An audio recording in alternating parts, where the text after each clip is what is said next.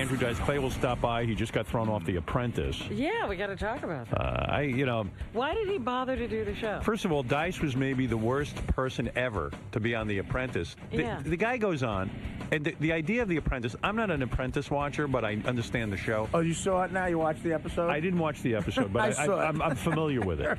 And the fact of the matter is that the idea is that you want to become Donald Trump's apprentice. Right. So you have to, they needed him to raise money by selling cupcakes. Some guy's like, I'm not going to sell cupcakes. Yeah, he couldn't wear the hat. He couldn't do the things that it would take. He goes, I'm from Brooklyn. I don't wear that kind of hat. I can't look like a jerk off. Yeah. And then it was, in that sense, it was funny, but you're right. He's not playing the game. Yeah, I mean, what is that? I mean, why go on? I mean, it's called The Apprentice. Right. I mean, why go on it? You might as well call it the jerk off. And I think for Dice, it's kind of a come down. Like, the guy was selling out Madison Square Garden and stuff, and now he's doing The Apprentice. It's had to be a tough blow for him. I think he was trying to act like he was above it. And by the way, he says that a million times in the episode. Is that right? I sold out Madison Square Garden 4 times. And again, I bet Trump knows how to tweak people, and it makes it fascinating. The thing that annoys the fuck out of me, and I'm sure a lot of regular people watching it, is Trump sits there evaluating all these guys who at one point were champions in their field. Dennis Rodman. Right. One of the Joan Rivers. best rebounder of all time. Right. Joan Rivers, well-respected Host comic. of The Tonight Show. Right. And Rodman has 5 rings. Dice Clay, at one point, the biggest comic. And it's him and his son and daughter evaluating, just basically laughing at these people. like Dice is trying to, Dice grew up in Brooklyn, probably not a lot of money, he made something out of himself, and now he's there and he's fumbling over trying to explain himself, as is Dennis Rodman, and Trump's kids are laughing at him. Oh no! And they're just sort of like, well, you're not coming off well, and you don't seem like a leader. And why aren't you a leader? Right. You're not a businessman. It makes you want to fucking crawl through this fucking TV and strangle him. So that'll be good to see Dice in about a half hour. Yeah, or so. we'll get his take on all. That's right. How you doing, Andrew Dice Clay here on Howard TV. It's going to be another fascinating episode of Dice and Stern and the gang. Now, what are you going to be talking about today, Dice? Well, I'm sure I want to talk about The Apprentice. It just sort of like what's going on in the world of Dice. Nice. That's what I'll be talking about. A lot of new stuff? Yeah, I would say so. Cool. Yeah. All right, man. We'll see you in there. You got it. Andrew Dice Clay is here. He is controversial again. He was on the TV show The Apprentice. First to be kicked off. Oh, I like those glasses. That is no distinction to be proud of. I gotta wear them. Why? No, because I got a shot in my eye for, like, fluid. Let me ask you about that. I've heard people get a needle right in their eye. Doesn't hurt. It's a mental thing. You go past it mentally. But there's no physical pain when they put a needle in your eye? Why are they shooting things into your eye? I don't even know. Oh, you know. Stop I just told you. No, you had fluid? Fluid. How so do you it get drains fluid the in your fluid. eye? Well, that they don't know. That happens. A lot of people get it. Is that like a glaucoma thing? No. Is your eye messed up? Yeah, months ago. Like, if I closed my right eye, everybody in here would look like from another planet. So those big glasses? You know what I'm talking about? Like when you did the show. And serious. Right. That's what it would make it look like. It really fucks up your head. I don't mean to be rude. George Takei, I don't know. No, I know. We've met in here You've before. met George, yeah. Yeah, I know everybody here. Right. How is everybody? No one's all that good. Everybody's good. Nobody's doing all that well. No, the book is doing great, huh? Yeah. Yeah, you happy with it? Extremely. Artie's eating. He decided to have lunch while you were here. No, I mean... What are you eating, Artie? I mean, honestly. What is going on over there? Mozzarella and turkey. Bro. Oh. Uh-huh. All right. No, thank you, man. No, serious. I see it all over, I'm telling you. I actually go into bookstores. I don't know why. For coffee, normally. Did you read Artie's book? I mean? Would you bother reading Artie's book? I would read. Well, you got one to autograph or something? Sure, yeah. You can't buy one? I would. I'll give him the money if he's No, doing I don't- good that way. Are you very cheap, Dice? Because No. Shuley claims that you called him and said, would you open up for me and do it for free for the honor of doing it for Dice? No, he was asking for, like, too much for him. Right. You know what I mean? Yeah. He got carried I'll be away. honest. I didn't know who. Like, I wanted another act on the show. I wanted Right. a few comics. So they go, Shuli from the Stern Show. So he tried to take advantage, you feel? No, in a so way. I go, who the fuck is he? Yeah, right. I go, I know everybody in the Stern Show. You know? Oh, there's Shuli. So I said, let him be happy he's actually opening the show. You know? Right. And but he did a great job. He's a strong comic. And that's not He's gonna do more with that's me. not exactly the story. Oh, Howard. there he is. Somebody called Where'd me. you come from? I flew him in. I didn't even know he was in here. He snuck in. That's the eye thing. thing. You can't see. What is it, Shuli? One of his people called me and they asked me, "Are you available to do a show with Dice?" And I Right. said, "I am." And he says, "What are you asking for price-wise? Or would you like to do it for the love of Dice?" It wasn't, but it wasn't that? him that said that. Oh, that's hysterical. Yeah, and I like that. I said I love Dice, but I love paying my bills too, and I asked for some Is money. it true when you open for Dice, he busts your balls? I heard what Dice likes to do with other comics is you were in the middle of your set, and Dice No, told not the middle. the beginning. Yeah, before he even went out. Like a minute before I go on stage. You know how many What did he do to you? He comes, he pulls me aside, and he goes, Wait. Before you say, you know how like we used to do the pranks, like I affect Yes, people? I know you're a prankster. Yeah, I love doing that shit. So I don't know this guy. Right. I'm in Toronto. Yeah, you know. who is he? it Yeah. was my So- first time playing with so him in go ahead. Toronto. So And what did you do? So, well, he goes, you know what would be really great for you to do when you go out there? He goes, ask people who's excited for Dice. Ask them who loves hockey. Ask them who's Yeah, from just all Canada. things that people would applaud. Like, how many people are here from Canada? Right. So you know they're going to go, yeah. How many people here love hockey? Yeah. And he says- because and- I don't know if he's got material. Right. You know? Who knows? And he says, right when they're at the peak, right when they're at their craziest, you talk about the song I'm going to come out on stage to that my kids wrote. So you did all this. Yeah, it was the greatest And thing. then you bombed, right? Well, he basically said, do it for 3 minutes, and I went out, and I ate a Yeah, it was shit awful. sandwich for 3 minutes. And the funny thing You is, enjoy I watching was a guy on the bomb. floor laughing. Is it a power game with you, Dice? You want to see if you can control the other comics? No, it's more of I get to laugh a little because. well, that's what he aren't you told me concerned- backstage. He says, it's not funny to them. It's No, funny did to me. I ever really care about if a crowd Don't you is care if silent? maybe you want him to bomb so that you'll look even funnier when you come No, out. my show is all about affecting people. It's more. I see. It's like myself in the middle of my show, I'll come out with something I know is going to tank. Right. Why? So if they're really laughing, it's like I put a stop to that. Why? But why? I don't understand. Why? Because Explain then that. I have to dig myself out. You like the Sometimes you challenge. can, and sometimes you just keep bombing. What do you mean? What would you say to an audience to bomb? I mean, what No, would you... because when I came up in comedy, like Don Jameson, who also works the shows with Yes. me, like he says to me, he goes, it's unbelievable with you how you really don't care if there's any laughter in the room. He goes, I can't get to the microphone quick enough To get a laugh. hear some kind of laughter in the room. Sure. He goes, you walk out, you stand around for a few minutes like you're looking at the decor of the room. Right. Like the crowd isn't there. But that's part of what the fans that come to see me love. It's part of the performance. Yes. The fact that you Yeah. don't care. So an opening act, coming out there and discussing the music that I'm going to walk out to and why this particular song is getting played and who That's played funny to it. you. Yeah, because the crowd's looking at him and I'm seeing this like, number one, who the fuck is this? And why is he discussing the opening song? Howard, I come out on stage, I do the whole thing. Who loves hockey? Who loves Canada? And everybody's just ready to fucking explode. Yeah, I and get then him some craziness. And then I go, let me tell you about the song he's coming out. And this guy yells out, get the fuck off stage. Just fucking crickets. And I'm like, holy shit. So here's my only punchline. I go, his son Max plays drums on it. He's been drumming since 11. That was my only punchline. And I come off stage, I'm sweating, I fucking just ate a shit sandwich. Yeah, but the second night, didn't you get to go out and kill? Absolutely. But, Yeah. but I he heard says when to you me, went out to do your real act, Dice marched another comedian on in the middle of your set and just told him to grab the microphone. and do it. that was that was a different play. All right. The second night in different show. Montreal, was a bigger place. And he He did had to go well. out and kill. no, he let me do 15 minutes, and I killed, and he actually listened to the whole set, which was very cool, because a lot Right. of comics don't do that, and he was... You liked it, Dice? You liked what you heard? Yeah, I think he's great. He's doing good. more shows with me. But this is the thing, the new thing I do. It's like a new thing.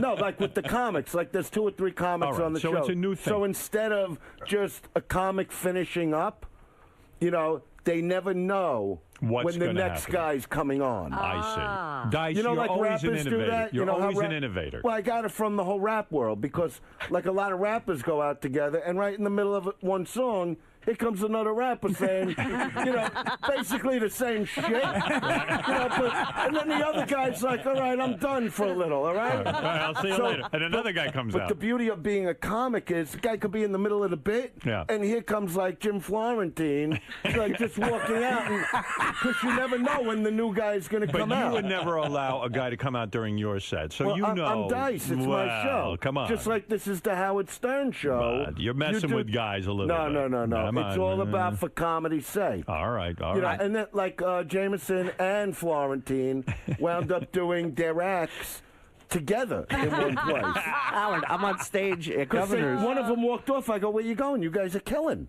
Go back out. Yeah. I said to Jameson, go back out. And they stayed on for 15 minutes. And the crowd's dying from it. They're So eating you're it up. like a producer in a sense. You make these guys even funnier. Well, I don't look at it like a producer. I look at it like this is about laughter. It's, you know. Surely, I was on stage at Governor's, and the whole time I'm up there, I know Don's going to come out at some point. I don't know when. Just you never know when. And I'm after every I joke, love I'm looking that. over my shoulder like somebody's going to come and kill me. all right. And then I No, realize it's got when he's on nothing stage. to do with that. No, I'm just saying. I realize when he's on stage. Is it, 'cause See, the Dice, is minute it you like bec- when you went to a concert in the old days and all of a sudden guest star Eric Clapton would walk out with the Right. Beatles and play the guitar? Yeah, but I don't think of it. I use You the whole use rapper rap thing. Okay, all right. It's not Eric Shuli. Clapton, it's Shuli. Right, it's Shuli. Shuli, I have to see you do that now. Now I'm He fascinated. did a great job. What happened?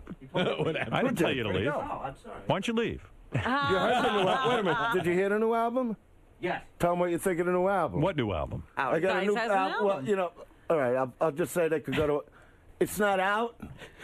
Nobody gets to hear it really. All right. You know, but they could go to Andrew Dice. No, they go to AndrewDiceClay.com, and it's coming out very soon. Does anybody buy comedy albums anymore? Is it tough No, to not market? in stores, No. but all through the internet. You But download. I played it for Shuli, And he liked it. and I'll let him say what he thinks of it. You know, he mic'd it in a way where you not only do you hear him on stage doing jokes, but you hear table conversations of people that are loaded and are commenting on. It's like a DVD audio commentary with a stand-up. You like don't know what to listen to.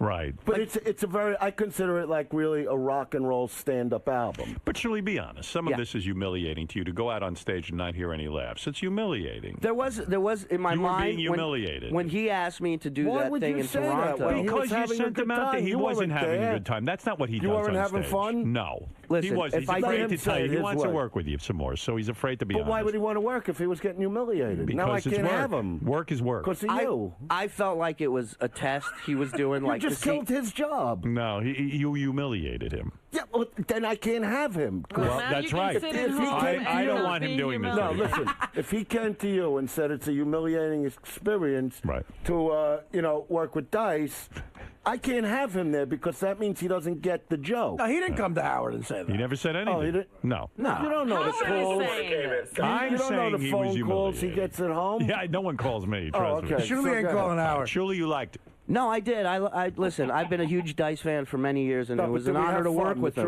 truth? I enjoyed working. It's hard with to him. do. It's hard to go up there and purposely bomb. Right. It's hard to do. Well, it's no, not. he wasn't Speaking planning on speaking it. of purposely bombing, I want to You have talk to to you warn about him. The Apprentice, which you just came off of. Now, I'm going to talk we some don't need sense to you. Shuli. We don't need Shuli for this. No, one. No, Shuli's he's gone gone. already. He's gone. As quick I'll as see he you was- later. No, Dice, wait. Before you get into this, I'll talk about The Apprentice. But did he say that to you, the truth? No, this is the first I'm hearing of it. No, because when he's with me, it's like he's He like said my he new had friend. a good time, or fire him. No, what he can I said say? we became like friends. Yeah. No, that's our interpretation of the story. He didn't say anything. Dice, I'm making conversation. Oh, Now, listen. Talk to me about that's this. what talk radio is. Yeah, you went on The Apprentice, Okay. and some would say, and I might be in this camp, you went on there, and the purpose of the show is that you're trying to be Donald Trump's apprentice. I know in real life that's not your aspiration, but if No, you're it's going not. on the show and that's the premise, you went on and you purposely No, that's didn't try hard. this is what I don't like. You did not See, try I hard. watched the show. Okay. And What happened? okay, I went. What happened is I got a call the night before. They said, "Would you want to do the Celebrity Apprentice?" And these shows, today, Apprentice, Dancing with the Stars, all Sure. that. You know, they get huge viewership. They do, and You know, it's a good like opportunity. 40 million people watching. So, Right. you know, as a stand-up, it's great to do a show like that. You do some charity. Absolutely. You get seen. You know, it's the biggest audience. You know, when they were airing the commercials during the Super Bowl, you know, it's the biggest audience I was ever in front of ever on Right. television, movies. Sure. You know, and, you know, obviously we know my history. I don't got to go through that shit. But I'm saying this is a great thing. If you're in concert, you know, let people see you on a show like this. But what happened... But you got embarrassed, I feel. This is my theory. There was no embarrassment. Listen. You're doing like you did to Shuley. No. I'm asking you. I'm making conversation. I know, but you can't. This is what he did. You were supposed this is what to sell Donnie did. You were supposed to sell a cupcake. No, but don't go to the cupcakes yet. Go You're in to the what? wrong spot. What spot am I supposed to be From in? the second I said hello to this fucking guy. Trump. Now I know Trump. Right. I used to do the Taj. I used to, besides performing there, I would Right. gamble big there. Sure, I know you're a big gambler. Is he? I And didn't the know. funny thing How- is, talk about how much you gamble. I used to, I could lose. $1 million a night, right? Well, I never lost $1 million. That was one time I lost 700,000 3 nights in a row. On what? What? Dice? Blackjack. Blackjack. But Oh, I would my also God. win that much. He bets crazy. Yeah, I Yeah. bet crazy, but I could win $500,000 in one show. Really? So Artie, yeah, you're it was lightweight. like it was like I was- 700 grand in 3 days, and No, that was, that and was the the most worst you lose. That was the most I lose it in. You would bet ever. 100,000 a hand, right? What? You would bet lost it, Ed? you bet No, losed. you bet you you would bet whatever. You would bet What's 100. she got to say? I'm sorry. I understood I didn't you. go to Vassar. Brooklyn Community College. 100. sorry. You would bet $100,000 a hand, right? No, I would bet 10 grand a hand right across the table. Take the whole table. If you double down, it's like 60 grand across the table. Right. And I would dare the dealer to beat me. Right. And he did. Yeah. But then Repeatedly. I would turn it on. Do you gamble anymore? No, I haven't gambled or smoked in 8 years. Yeah, because it became. No, a- you just a grow up, problem. right? You know, I was really doing it out of boredom. Right, and you're pissing Yeah. away money. I mean, No, that's hard-earned but money. the thing was, yeah, it is hard-earned money, and you Right. realize that in the long run. But, you know, with bounce, it's like ping pong. The minute you sit down to gamble, to me, you know, you're losing. Right. Because even if you win a lot, it's not like going on stage and doing a great show. Right. Like Shuley. Right. You know, it's you're just getting money for really nothing. So but it why meant did you nothing stop? if you want- Because you don't make the You know same what? amount I of money just- you used to. No. And you said, hey, just probably your accountant sat you down and No, said, it had nothing to listen, do with the accountant. I just didn't want to gamble anymore. I just saw You it a lost waste the of urge. time. Yeah. I could believe. Same I tell thing you, with smoking. like, I'm a very disciplined guy with the things I want to do. Right. Or not do. that's Right. impressive. Just to Yeah. stop smoking I and just gambling. didn't want to do it anymore. I quit smoking one time before I quit for good. Yeah. But that time when I quit for 18 months, and I wanted to smoke the whole time. Right. Because the pressure was on me like, oh, you should quit, you know, from doctors. So I quit, but I wanted to smoke, so I started again. Dice. Then, Dice. You're not letting me finish. Why All do right, you I have a like lot of this with questions me? and I have time, Okay, to okay. consider. I need. All right, I need, so forget this. I quit all right, fucking you 8 quit. years ago. I What don't I'm fucking- concerned about is you're going on The Apprentice. All right, so let me tell you what happened. All right, All go right. ahead.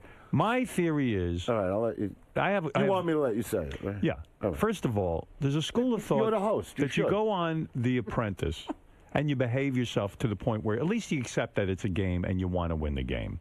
I get annoyed when I watch, let's say, Dancing with the Stars and the guy doesn't try. Yeah. There was a black guy. What was his name, Rob? He was, oh God, what was his name? I can't think of his name. One of the football players? No, he was a rapper. rapper. And he was on Dancing with the Stars, and he refused to even put on the dancing shoes. Master P. Master P.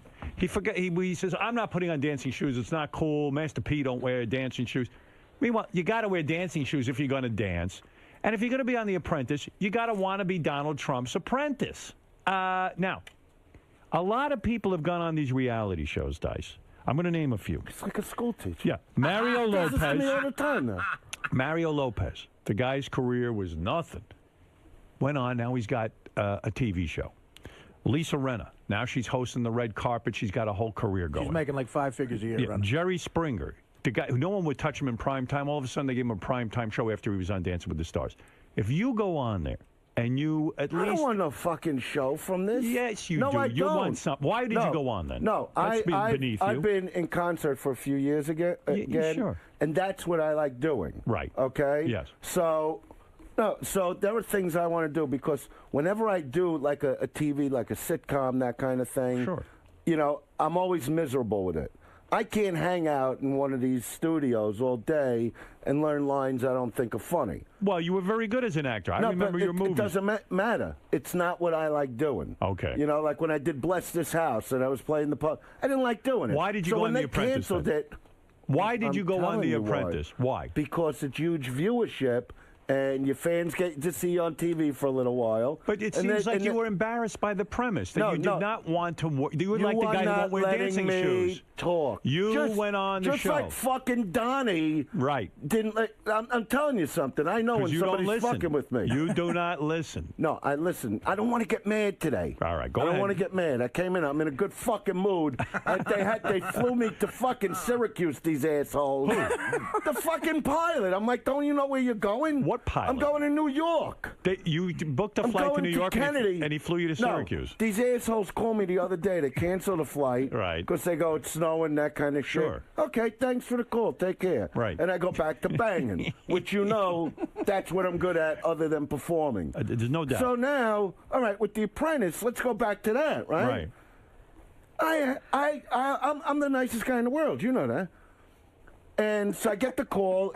I don't know that. It's actually Rosh Hashanah Eve. No, okay. you do know that. No, you're not the nicest guy in the world. You have a Right, well, very you intense also- sense of humor. Okay. Yeah. But I have different humors. You're You don't- funny, yes. All right. So they call me. I gotta be there. I gotta drag my dick out of my girlfriend. Oh, come on. No, serious. That's not true.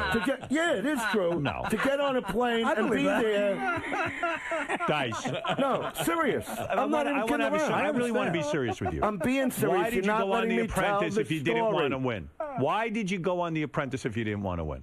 Yeah, let me tell. Because Simple answer. it's huge Truth. viewership. Yeah, but you want to go on and play the game. No, you didn't want to win the game. Well, you're not letting me get to that because that's what you do. All right, go ahead. That's the little game you play. I don't understand it. So, You're no. We haven't gotten anywhere yet. Because he's not letting me. I just know he went to The minute I- Schenectady. No, Syracuse. That was Right. yesterday. But Okay. then they took off and brought me here. All right. So what happened All on right. The So Apprentice? the minute I get there, okay, you know, it's like to do the press for The Apprentice. Okay. Like even when they call me, I like said, you know, to my kids, you think I'd be good, and they're like, yeah, you know, you would do good on Sure. that show. You know, you're a smart guy. And I'm like, all right, you know, whatever. Are you know. your kids goofing on you No, like you goof on the they know I comedians? could do good. I'm a pretty smart guy. Don't Could go you by have won The my Apprentice? language. Could you have I buckled didn't think down? I'd win, but I Right. thought I'd do real good. So why did you You're not throw it letting all me- away? Why Because- did you throw it away? Jesus fucking Christ. We would have I been try proud to of be you. nice and- We would have been calm. proud of you. You could still be proud. No. First person off, that's not good. That's Oh, really? terrible. No, be the second one. No, Dennis, Who's looking Dennis at the Rodman. second guy fired? Dennis Rodman. No, this is... he beat You want me you. to tell you the story? Dennis Rodman beat you. Yeah, so what? Well, he doesn't He even didn't care. beat me. He beat you. He was there longer than you. All right, good for him. I hope he's still there. And if you want What do I give a publicity, fuck? I couldn't give a fuck about anybody if you want to on be in there. front of a large audience, now you're off the show. You're not in front of the audience. You had 1 week on there. Well, how much I got to stay? Well, come on. No, but you're not letting me tell you what happened. Go ahead. All right, so I show up there in, Right. in good spirits, the whole thing. I go to shake Donnie's hand. I haven't seen him in a long time. Donald Trump. Yeah. All right. No one calls him Well, Donald. the people don't know Why can't? Don. Yeah, well, I'm Donald. trying to help you. Wise guy. Always wears tidy whities. All right, so I go over to shake his hand. You know, when you haven't seen when I didn't see you for a while, you give it like a little hug. How Sure. you doing, right? So he gives me one of the handshakes like he's the fucking president. This guy, like strong arm it. I'm like, all right, what the fuck is? Because I could feel it. You know, I'm not a stupid fucking guy. You know okay? you're paranoid? So no, You wait mean the a guy minute. shook your hand and you're catching a vibe? You're not letting me go on about Well, the because you story. just said How much you something. want to talk about the handshake? No, you said you shook his hand and you could see he was I doing something. didn't like it. What I didn't did you it. like? That he shook I didn't your like hand? it because I was watching him say hello to other people and he was hugging them. Oh. Yeah, right away with so you. I'm thinking, So you think number he's- one, they call me last minute, okay? And I'm going, what's this? I know this guy. I might not be his bosom fucking buddy. But you I- know him. I You think- worked for him. You know, yeah, but I'm saying, you know, treat me the right way. Right. So now they shoot the beginning of the show. See, I'm not mad about what the show was. It's what you didn't get to see. See, what they did, they fuck with me through the whole show. and his whole angle with fucking with me was about the women thing. He was talking to me more about who I am on stage. You know, this is what was in the boardroom. See, when you see the editing and it just jumps guys, to that's something, my point. you're not listening. You are paranoid. No, this is not about paranoid. You It's what read was into said things. to me. Okay. You read into things. All right, listen to me. Dice. If somebody said to you, Go ahead. You know, you're a fucking child molester, would that get you angry? Yes. Did he say that? Because, No. No, I'm using an example. Are you a child molester? Is that what you're trying to say? So anyway, the minute they shoot the first scene on the Intrepid, he gets off the fucking, helicopter.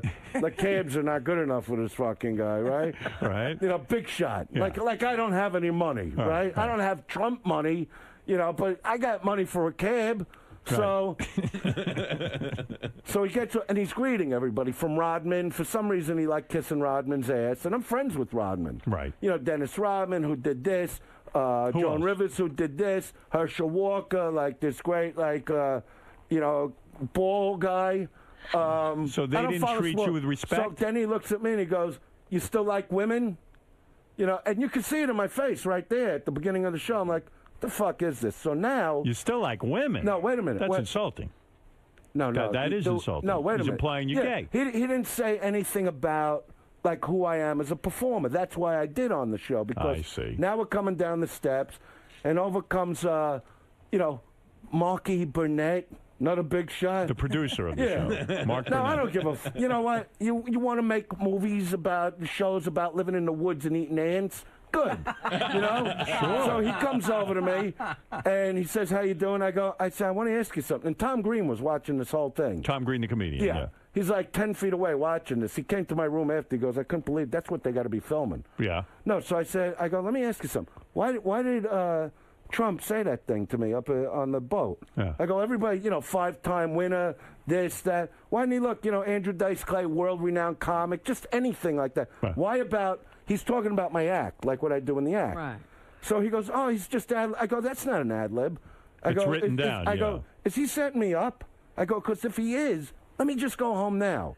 I said, "I flew in overnight." No, wait a minute. No, And he starts Dice, walking away. I got to Wait. step in. No, don't step in, because I grabbed this fucking guy and I go, "Look at me when I fucking talk to you." You grabbed Mark Burnett? I grabbed him right by his fucking arm. Don't Yeah. walk, because I don't give a fuck. I don't need no fucking show living in the fucking jungle and eating fucking worms. I go, so I don't give a fuck about you or this fucking show if you're going to look to fuck with me. What is this, fucking quiz show? Yeah, I go, but I'm hold it. warning you. Hold it. If you fuck with me, I go, I'm the worst guy. I got the worst fucking mouth, And he goes, "No, we wouldn't do that." I go, "Make sure."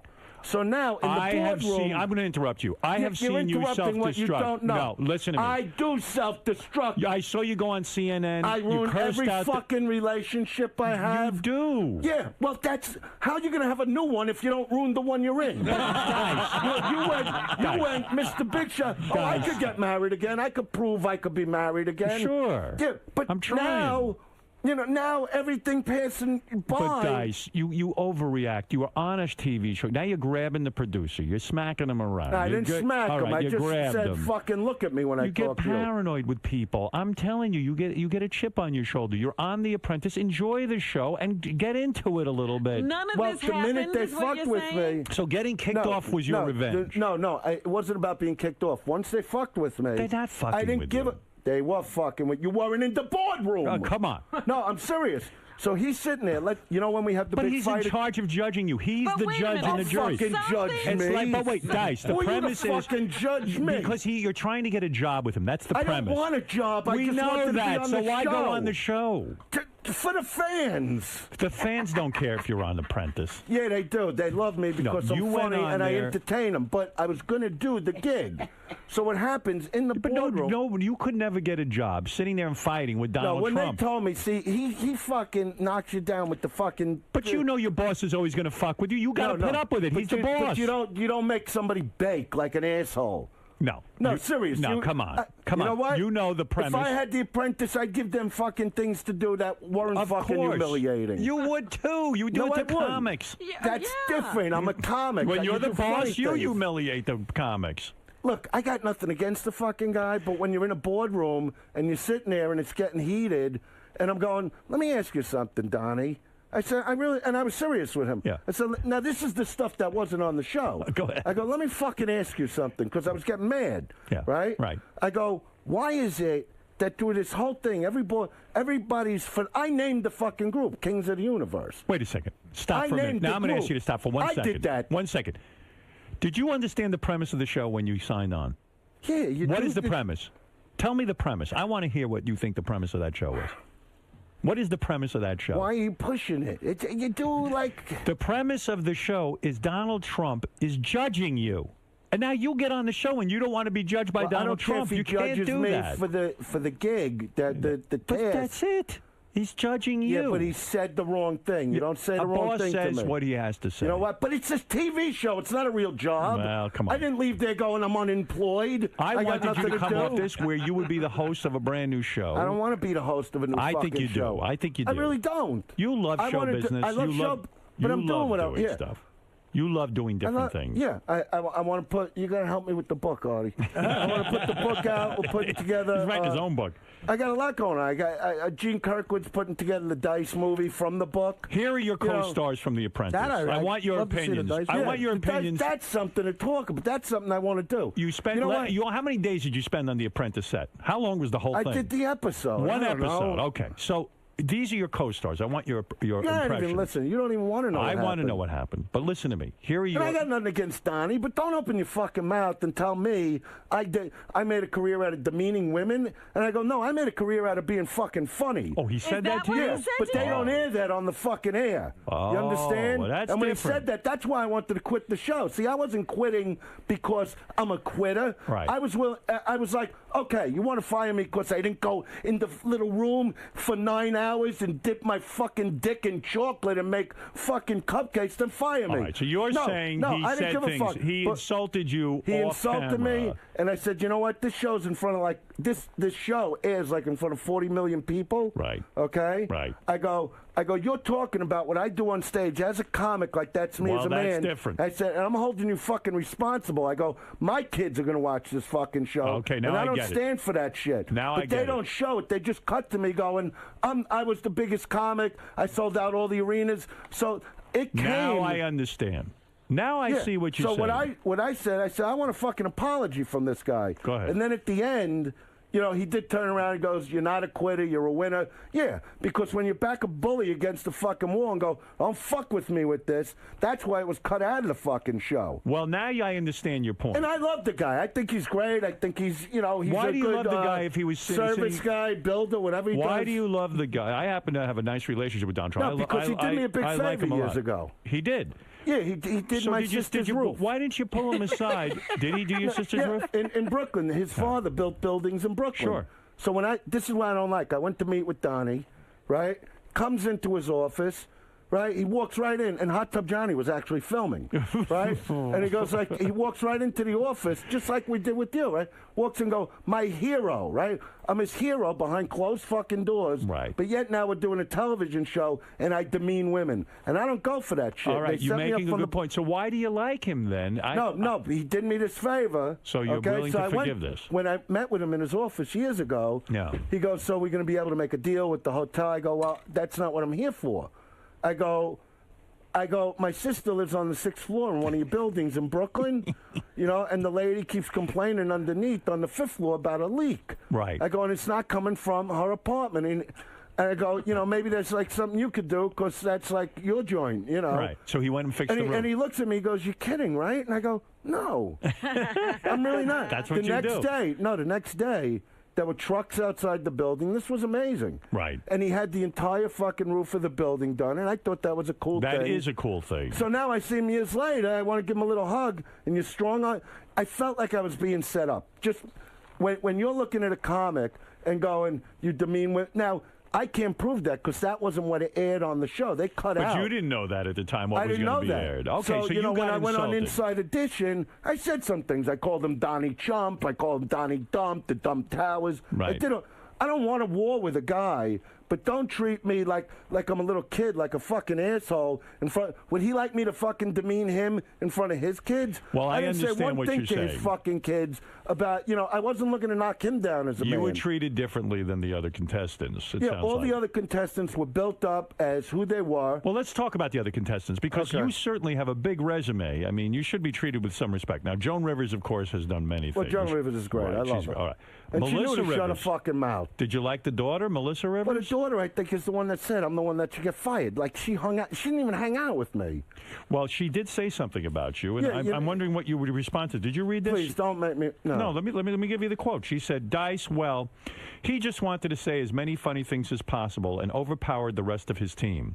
There was a time in the boardroom when Dice was going on about selling out Madison Square Garden and listing his accomplishments to the point that everyone in the room was getting uncomfortable. It became, Who gives a fuck? What'd she ever do borderline sad. other than look like the Joker's daughter? So in other words, you're a big Next time comic. she goes for a fucking surgery, let him bring the head up a couple feet so she's not kicking herself in the fucking chin. That's what she should fucking do. In other words, she's saying... 58 years old. She's stuck to her mother's asshole. You're saying, in other words... Go out there. When she's fucking, is Joan standing there going, you're doing a good job, Melissa? She's calling you sad, and at the same point... Wait a second. What did You've she accomplished ever fucking, things. Now, I like this girl. I mean, to me, she's fuckable. Face down, they're all fuckable. Right. You never Joan would be discriminate. fuckable. You see what you did to her ass? I love Joan Rivers. Right. I know you do. You know what I mean? And I even made a conscious decision. Is that the right word? I believe so. That if she even fucked with me, I wouldn't fuck with her because I have such respect for her. Right. But the fucking daughter, She has no wants right. to open her fucking mouth. Why's she even there? Who are you? She's the What'd you daughter of ever Joan do? Rivers. I don't know. You know, that- it's one thing when she was younger, stand on the red carpet and try to get some rich cock walking by. Right. You know what I mean? Right. She couldn't even do that. Right. She's like 58 years old.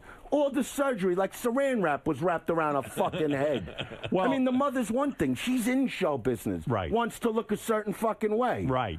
You know, and then Jones on the fucking, they're showing her, this face costs $150,000. I'm thinking, get your money back. The fuck? And I love Joan. No, but she set herself up when they show that clip. It's just a funny joke. So it but I seems don't mean like that. it seems like the daughter, Melissa Rivers, was on, and as you say, you worked, Damn it, you grew up. motherfuckers, they all You didn't grow get up you. in a rich background, and you worked your way up. That's right. You should be respected by her, certainly, the Melissa Rivers. Playboy model Brandy Roderick. I mean, she took her clothes off. She's a good-looking girl, right? You know what? There's nothing had wrong with a something chick, and I told you this last time. Right. About breaking into that boxes. Yes. You know what I mean? Yes. The minute those fucking pants go. Anybody. See, I liked can't. her. I'll never come down on. Number one, I met my new chick, through Brandy. Oh, is that right? All right, so you liked her. A Deal or No Deal model, How you not Claudia. going to like her? I wouldn't care what she said to me. Yeah, she's I hot. wouldn't care if she cut my foot off in the middle of the night if I was dating her. I go, that's an accident. Please get back in bed and keep sucking. You could forgive a lot with that girl. Deal or No Deal model Claudia Jordan. I don't know her, but I imagine Wow. she's good looking too. Yeah, she was good looking, and All right. she had ability. Khloe She Kardashian. could go out all night, fucking party, and be up like she slept 9 hours. And looking great, right? Phenomenal. I got nothing. Khloe Kardashian. You know Now, what, that- what does she do? No, She's the you know sister what? of Kim, She right? don't have to do. She's got that fucking ass that just. You like her? Yeah. She How was old up- a girl are we talking about? You know what? You know what? Because she's a little thicker. I like Yeah. chicks that are thick and beefy. You know what I Right. like. I know what you like. No, I'm serious. No, I That's do what know I that. fucking like. You like the There big was even ass. a shot of her in the show, like where the camera was from the ground. Yeah. And you can't help but start pinching your fucking helmet, going, "Look at that." But they didn't. You see, I had good chemistry with her as far as like fucking around with her. So you liked her? Did you like Yeah. a poker player, Annie Duke? You probably you didn't like her. She's going to be, in my opinion, the hated one because she's hateful. Okay, you didn't And like she's her. angry. Really? Yeah, she's an angry one. You professional- watched the episode. What about golfer Natalie That's why she was Gulbis? picking on the good-looking Playboy playmate. I see. When she goes, you can't sell a tray of cupcakes for $9,000. Why not? What if he wanted 1,000 of them? Give him 1,000. Right. What the fuck? They were selling them for $1. I could see but why here you comes lost, the though. pretty girl. I could see why you lost. You're a very independent thinker, and also you You got know what? But I into came it. here. See, because I ain't gonna put on that fucking hat and stand there like somebody's fucking jerk off. Oh, give me the batter. Give me George, the what do batter. you make of The this? Does other he have a- guys, George, does he have a bad attitude? Clint fucking Black. Clint Black, you a like him? fucking bore. Oh yeah. You know, That's what, a country singer? Country singer. Yeah, Who's he married just a to? fucking bore. Sandra Bullock.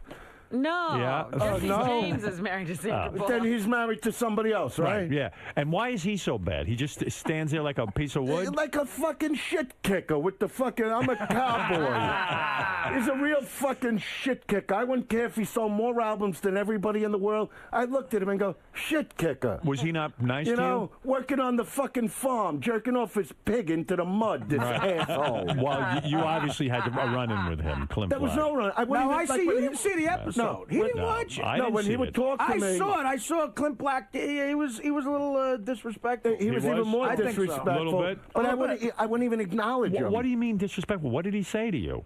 I don't know. He like wanted Had to an try to attitude? show he was funny, and he's not. Yeah. You know, and he's little.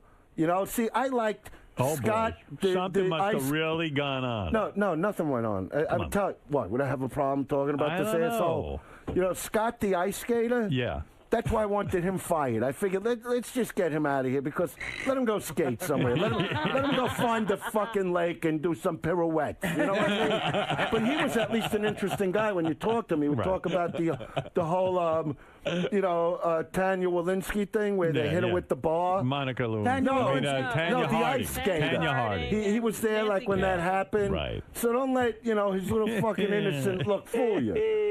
Were you annoyed a little bit at Trump's kids for being sort of like the condescending, maybe? You know a what? little I'm not.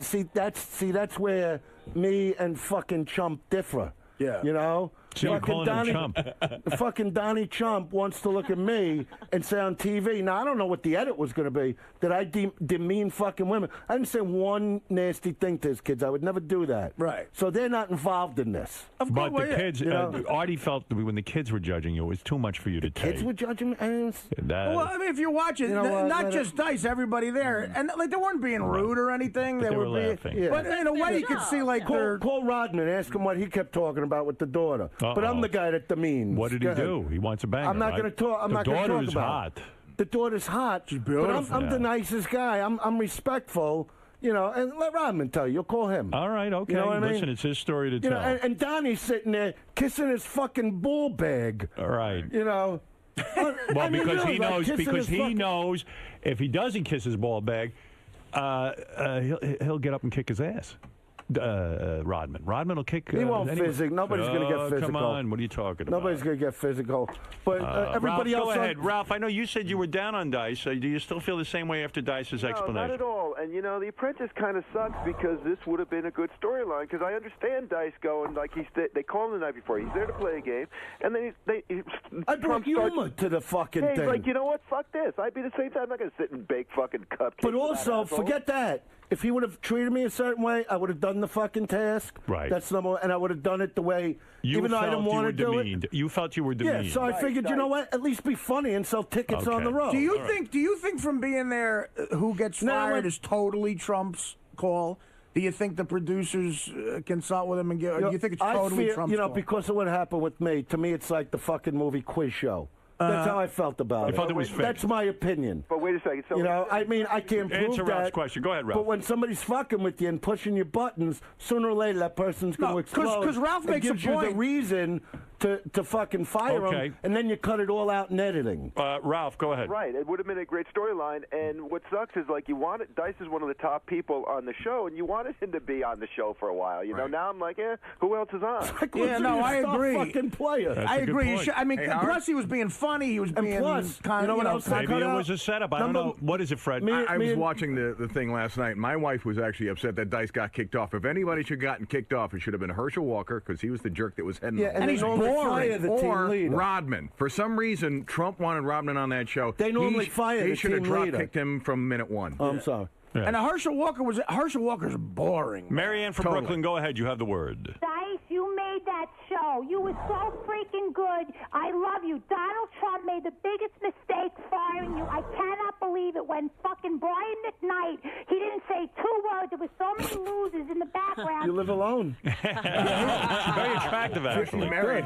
Let's go to Ray. Ray, what do you have to say to Dice? By the way, I haven't even mentioned that you can see Andrew Dice Clay tonight and tomorrow night at Caroline's on Broadway in And Manhattan. also, I'm on sale at the Palazzo in Vegas. Yes. You can go to carolines.com for tickets and see Dice March 25th through the 29th at the Palazzo What about in Vegas. Cleveland? Did you mention that? I'm going to tell no. All right. What is going on in Cleveland? Cleveland, I'm in concert. I think you played the place. It's like 3,000 seats. State Theater. Is that it? Yeah, in Cleveland. yeah, in That's on Cleveland, sale now. Okay, when is that? When are you coming to Cleveland? Do you know? This is what I'm saying. This is what one all good happening. thing about the show.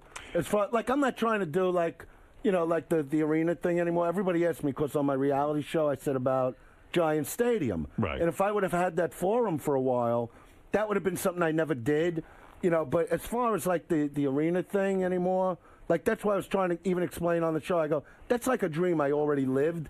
So now it's about doing You're doing well. things that are You creatively enjoy great. doing. That's why I'm saying I don't want no sitcom. Ray, you're on the air with Dice and Hang Comac, New here. York. Why Go ahead. you here? I could do this. Go ahead. Howard. Hello, Howard. Yes, I Ray. spoke with Sharon the other day, and she's still upset. She's almost 30 years old. What? Still Look at you. He's trying to do an impression of my mother. Yeah. Yeah. Who is? Oh, I didn't what know. an She's talking asshole. to. Let's go to Lee. Lee, you're on the. I'm trying to get some phone calls for you. Lee, go ahead. Bless you, Howard. Dice is one of my comedy heroes. 2 quick questions, and I'll be on my way. Dice, we love you. It's a shame that you keep sabotaging your TV appearances. No, I know. I can't. It's just what happens. When are you? We got to get a sequel to Ford Fairlane, and when are you going to box Danny Bonaducci? Danny Bonaducci. He's a buddy. You're friends with Danny. Yeah, I like Danny. I loved his show. Dice, what's going on with you and Jerry Seinfeld? Now you don't like him either. Seinfeld? That's what it says here, that you don't like Jerry Seinfeld. I love Seinfeld. You like him? Yeah. Oh, okay. You know all what? right. A lot of times when I do interviews and they talk to me about the world of stand-up, Yeah. like I'll say, I will actually say, like, Seinfeld is the perfect stand-up comic. Right. You know what I mean? Right. But I can't watch him for more than 3-4 minutes. Why is that? Because, I know how funny it is and how clever, but any comic really, I'm more of a rock and roll guy, and that's why I do more of a rock stand-up type of show. I try to bring the excitement to stand-up. Guys like Seinfeld, they stand there, it's all funny, and obviously they love him. He's had the biggest sitcom in history. Right. But I just could never do stand-up like that. Because I'm always asked, who do you like in stand-up? And I say, personally, I don't give a fuck about any of them. Yeah, I pay attention to me. Right. I'm living my life the way I want to live it. You know what I mean? If there's box, that's what I like. I'm too busy. And you have 3 girlfriends now? No. Why you're going to get me in trouble? Do you have 3 girlfriends now? No, you're really going to get me in trouble. No, I'm you seeing have a 3 girl I girlfriends. like. Oh, you have 1 girlfriend. No, I had 1 girlfriend during The Apprentice that broke up with me because I'm me. Why do women break up with you? Because I'm intense. You're a big you know star. What I mean? Why would they break They up? love banging me. You've heard Eleanor talk about it. You know, Right. I'm really fucking good You at think that. Dice is good in bed, or do you think this No, is forget bravado? about that. I'll put him on the air, these chicks. I got no problem Robin, with do you that. think he's good in bed? A guy who brags this much about how good in bed he is it Because possible I he's not focus that on it. good? Let me ask you, when you're in bed, Yeah. let's not talk about your wife, but when you're in bed with a girl, all right? Now, I know you are with her, but I'm not talking about her. Right. I'm being respectful. Good. Do you focus on what's going to make her really happy? Do you care? If her... Sure, a little bit, yeah. I mean, A little bit. Yeah, I mean, not 100%. Yeah, I Well, mean, see, that's the thing you don't imagine Dice doing. So you do that. No, I'm a complete romantic with that stuff. I can't wait for that box to just fucking blow open and just it gets Sounds so good, wet. sounds It's like it starts sucking on your fucking dick like that mouth. I don't think I've ever had anybody get that excited. No, Robin, but- do you believe that Dice is really good in bed? Do you think he thinks he's good in bed, or do you think he's really good in bed? I think he thinks Say he's whatever good you in bed. want. What Come do you on. think? I have Well, problems. we don't have any. When a guy I- brags Yeah, that he's great in bed, does it mean that he's great? Usually- And I'm not You don't- standing here going, I got a 14-inch fucking dick. Nobody believes me. I'm not saying that. I believe you. I'm saying... But you talk about how self-centered you are. I can't imagine you No, really thinking I'm about on the this woman. show as an entertainer. This is my entertaining. You give women pleasure because you want to own them. You want to Well, be that's in not charge. Yeah, but what's wrong with that? What's Nothing's wrong with really... it, but the fact is, it's Let me for tell your you, own purposes. I look at it whenever I'm with a new girl. I always look at it. It's always individual, It's like you look them up and down like a Who's fucking your new car. girlfriend? Is it somebody we know? Somebody famous? No, it's not somebody Where did you meet famous. this girl? I met her through. I went to a party that Brandy had up at the Playboy Mansion. Well, how come you're going And she through? supplied the clothes. How old a girl are you talking about? 25. 25 Well, years she old. just turned 25. She must be very beautiful. She's hanging out at the Playboy Mansion. Right. They don't let Where's my anybody. fucking Yeah, phone? come on, give me a You picture. got pictures? But why is he going through these women so I don't fast? know Every football. time we I don't see have him, my he's got a fucking new phone. Because he's woman. hard to live with. Is that right? Of course. No, you know what? Because, do what I fucking tell you to do and everything will be all right. Because you're difficult. Hey, I No, let me understand tell you that. something. I don't expect a lot from a girl. Right. You know what I mean? I don't George, need are you to go learning out. anything from this I don't interview? need, George, you know. He is a dynamic, singular No, character, but and he has no business George, doing I like The you Apprentice. and your people and like And your people. Which people? Which people? What, You're yeah, from what people Bangkok is- originally, right? What? Bangkok. Bangkok. He's Japanese. Japanese. I'm from Japanese Los Angeles, people- but my grandparents came from Japan. Okay, but Japanese and Japanese women, they cater to their men. That's they true. make their men That's true. feel good. They That's take true. care. They're not like these But I have a fucking Beverly Caucasian Hills man. fucking mockies that it's all Yeah, but about he me. has a guy. And I'm going, what? He bangs guys. I have a Caucasian guy. All right. Well, you know what? Caucasian men I are don't like even- Asian women. Look, Georgie, look at me. Yes, yes. You're a nice guy. I got no problem with, you want to do that, that's fine. you didn't go and get kids, did you? Do you No, do that I don't. shit? No. Yeah, that's the only thing. Is that a, My is that nephew a has- problem? You know what? How would you like to be, like, if you were a kid, like, in, like, a fucking orphanage, you're 17 and a half, and all of a sudden the warden comes over and goes, I got parents for you, and you walk out and there's Bert and Bruno, and you're looking at the fucking warden going, you know what? Put me back in the cage. I got 6 fucking months left here. Now, you go home with these fucking guys. You go home, you're hiding in your fucking room in your bed. Guy comes in to tuck in, you're like, I'm sitting on this fucking bed. Come on. Who's mommy? The one with If you're the small 17 and a half, you Don't you think, guys, it's good, though, to Who the fuck is mommy? Would you rather grow up in a loving family? No. than You know if what? It's 2 guys I don't or mind 2 the girls? gay thing. Yeah, If, right. if you know what, and I'm not pissing on it. Do it. Have a good. As long as it's not me. You've never tried it? You know, We don't accept get you. Never tried it. Dice, you never, when you were a young boy, I know you were very attractive. Did no guy try to snap a towel at you and grab your penis? No. Or nothing? You never No, had I'm that? not saying. No. When? When did this happen? You never had a gay incident? No. Okay. Oh, you're going to start this No, shit. I'm asking you. I told you last what time. shit have I told? I'm 51. If I wanted balls mashed in my fucking face, what am I waiting for? I like spots. It never. I'm telling you, it never gets old. And I told my chick, grow the fucking hair down there like a woman, okay? Do you really? Is You're she young fully enough. shaved? I don't want to feel like I'm doing anything fucking illegal. If she's hanging out at the Playboy Mansion, that means she's fully shaved. Most of No, those she's girls not a shave. playmate. She's not a playmate. What does she do that she got She there? has a clothing company and was Oh, supplying that's the a catch. clothes for all these little pigs up there. He likes must a make big a- bush. And don't get me makes wrong, stripper I like clothes? those girls. She The makes Playboy- stripper clothes? Yeah, what, you need something? Wow, that's hot. I'm tired. I'll say And this yeah. girl must make a good living. She's beautiful. She's Mexican, Italian, and Jewish. Remember, I want to see a picture of this one. I don't fucking. I wasn't thinking. What am Wow. I thinking? What's wrong with you? Well, you never show me nothing What, you want to see a picture? of your wife. I see. Yeah. I mean, I don't know. You Yeah. want to see? You've seen pictures of her. How come Donnie was at the wedding? Why would you? You're a street guy I like Donald me. Trump. I like him too, but I wouldn't have him at a said wedding you're unless calling he him paid Donald for it. Trump. You That don't like was him a if you're slip. calling I him was that. mad. Now I forgive him. I'm sorry. I don't. Look, I'm not. Are you upset starting you no weren't thing. at my wedding? Is that what you're trying to say? Well, I'm saying, we're friends a long time. So what if we didn't But talk come for on. 10 or 12 That's years? what I'm saying. We haven't talked in No, so but long. for the last couple of years, we've been hanging. You never had a friendship with But Chevy look, Chase, and you had him there. How much fun would we have had if I was at your wedding? That's the problem. You're a loose cannon. I would have made it like a fun wedding. Yeah, Beth wanted like I would have been in the audience going, you could do this. Beth wanted to have a nice, quiet wedding. You know Was what it I mean? quiet? Yeah. It How was many nice. people? How many people were there? About 200. Well, if you have 200. Donnie there, what's he going to talk about? He had a fun time. Yeah, and like I say, you know what? There's my wife right there. If he's, there you go. Where? Right there. Look at that. That's a beautiful broad. Beautiful broad. She is beautiful. Yeah. She did Dancing with the Stars. No, she didn't. She turned it down. Oh, she didn't do it? No. Look at that. Yeah, see? Look at that. Look at the, See, look at I the like smile. girls too. Look at the fucking hair. Sure. Nice. You got I a good like when one. women shave. I'm not See, like I'm you. not. I don't want it completely, Like, I don't need asshole hairs hitting me in the head. You know what I mean? Right. You know what I'm talking about. If chicks don't shave, Robin shaves. They grow a tail. Right. You know what I mean? You know, the box itself, where I do my work. Dice. You know, Dice. when the lips are getting inflated, I want to see that part. But just on the tops, I can rest my head, put a little hair, Dice, some nice you're that hotter- I can wipe my fucking dick on. Dice, you're hotter You know, than you gotta ever. clean up and Dice, do listen a to me. comedy You're show. hotter than ever.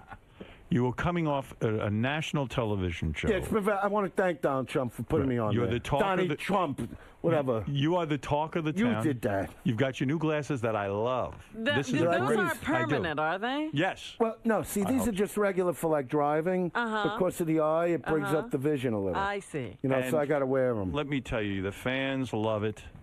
You're on the road now. You've got to See, go they should see. have got rid of me. You don't get rid of a star like me. No, you know, I mean, I'm telling you, the people they left on that show are boring. It's gonna fucking hurt it. He should have stayed there. Unless they go to the chicks. See, the chicks were interesting. You got good-looking chicks. You And got they're fun to Dolly, look at. You Get got out. Brandy. You know, I know Jonah Land, the Brandy. comedic forum.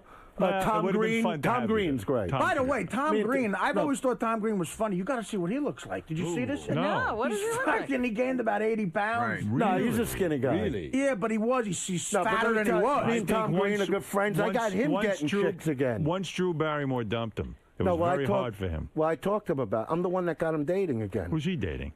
No, he's different, like real He's seen regular girls? Yeah. Like why? I call him up. I'm like, how long you going to drag this out about her? Right. You know what I mean? He's Drew, still hung up on Drew Barrymore, huh? You know, She's not I that get it. hot.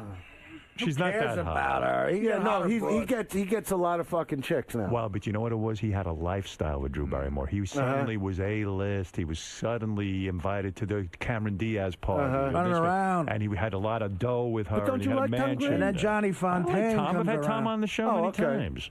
See Andrew Dice For Clay. some reason, he thinks you got a problem with him. No, I've had him on. No, now that we're talking. So he could come on if he Sure, wanted. absolutely. Okay. See Andrew Dice Clay. See, Tommy, I fucking work you the right way. Get rid of your manager. Let me work you. They didn't even show our Me and Tom are funny together. Why is he still hung up on Drew Barrymore? What Who is the fuck knows? Was she a great lay? I get him the best pussy in the street. I'm telling you. And what does he do every minute? Drew Barrymore, Drew Barrymore. No, now he don't talk about it. Now he's Yeah, past it. For a while it was Now bad. he's huh? past it, It was you know? bad for a while, right? Yeah, but now he's past it. And what was he Let's moaning not about? talk about that. It's not nice You when know you talk some about stuff, huh? See all in Andrew the book. Dice Clay tonight. It's on the book that I can't get a fucking deal on. How'd you get the deal? Oh, I'll get you. My agent will give you a deal. Really? Yeah. You want a deal on a book? I would love Yeah. to read your fucking book. The book's great. We talked about it last time. You know what you should talk But now about? It's being, Nick Cassavetti wants to write and direct it. For details on Dice's upcoming comedy album, Filthy, and all his stand-up No, dates. Filthy Animal. It says Filthy here. See, that's my publicist did that? Just call it Filthy. No, Filthy Animal, because I already did Filth. All his stand-up dates, go to andrewdiceclay.com. Dice, great seeing you. We're going to Thank take a you. break. And Okay. the great Andrew Dice Clay, All right, everyone. We'll be take back care. right after these words. All right, God bless. Dice. Please, look at this. I got. Dice, what do you got there? Howard gave me an autographed picture. I really want the one. I got all these millions of like pictures of him from years ago with me and him and hanging out, and now I got like a new one. So I'll frame it and I'll hang it up. Nice, man.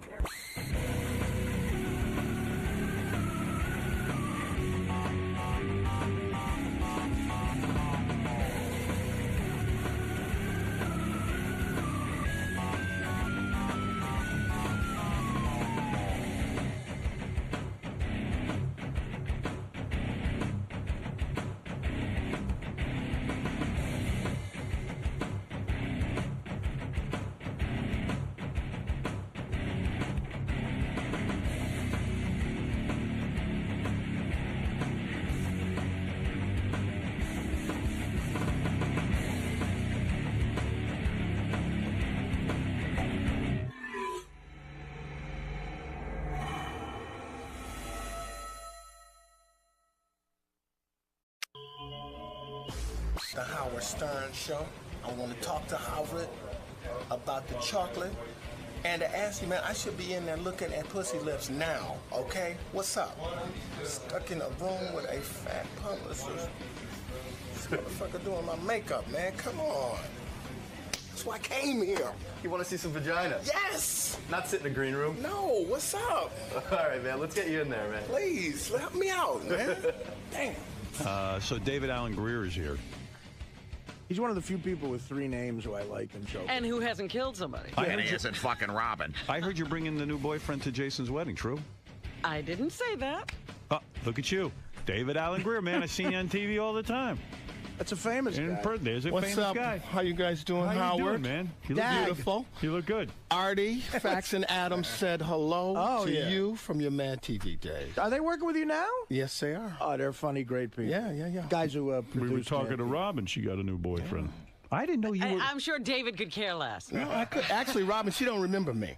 I do remember. No, you. you don't. We banged worked her? out. No, we worked out at this health club up Columbus and something. Reebok? Columbus, yes. Reebok? Right. Years ago, but she ignored me. Oh, She blew you stop off. She did. You were laughing with your trainer. And, you know, We keep the trainer entertained. yeah, no, he was cracking jokes. He was trying to get on Howard. That's what was happening. He really wasn't training. You were laughing. Concentrating. You were laughing with your white friend.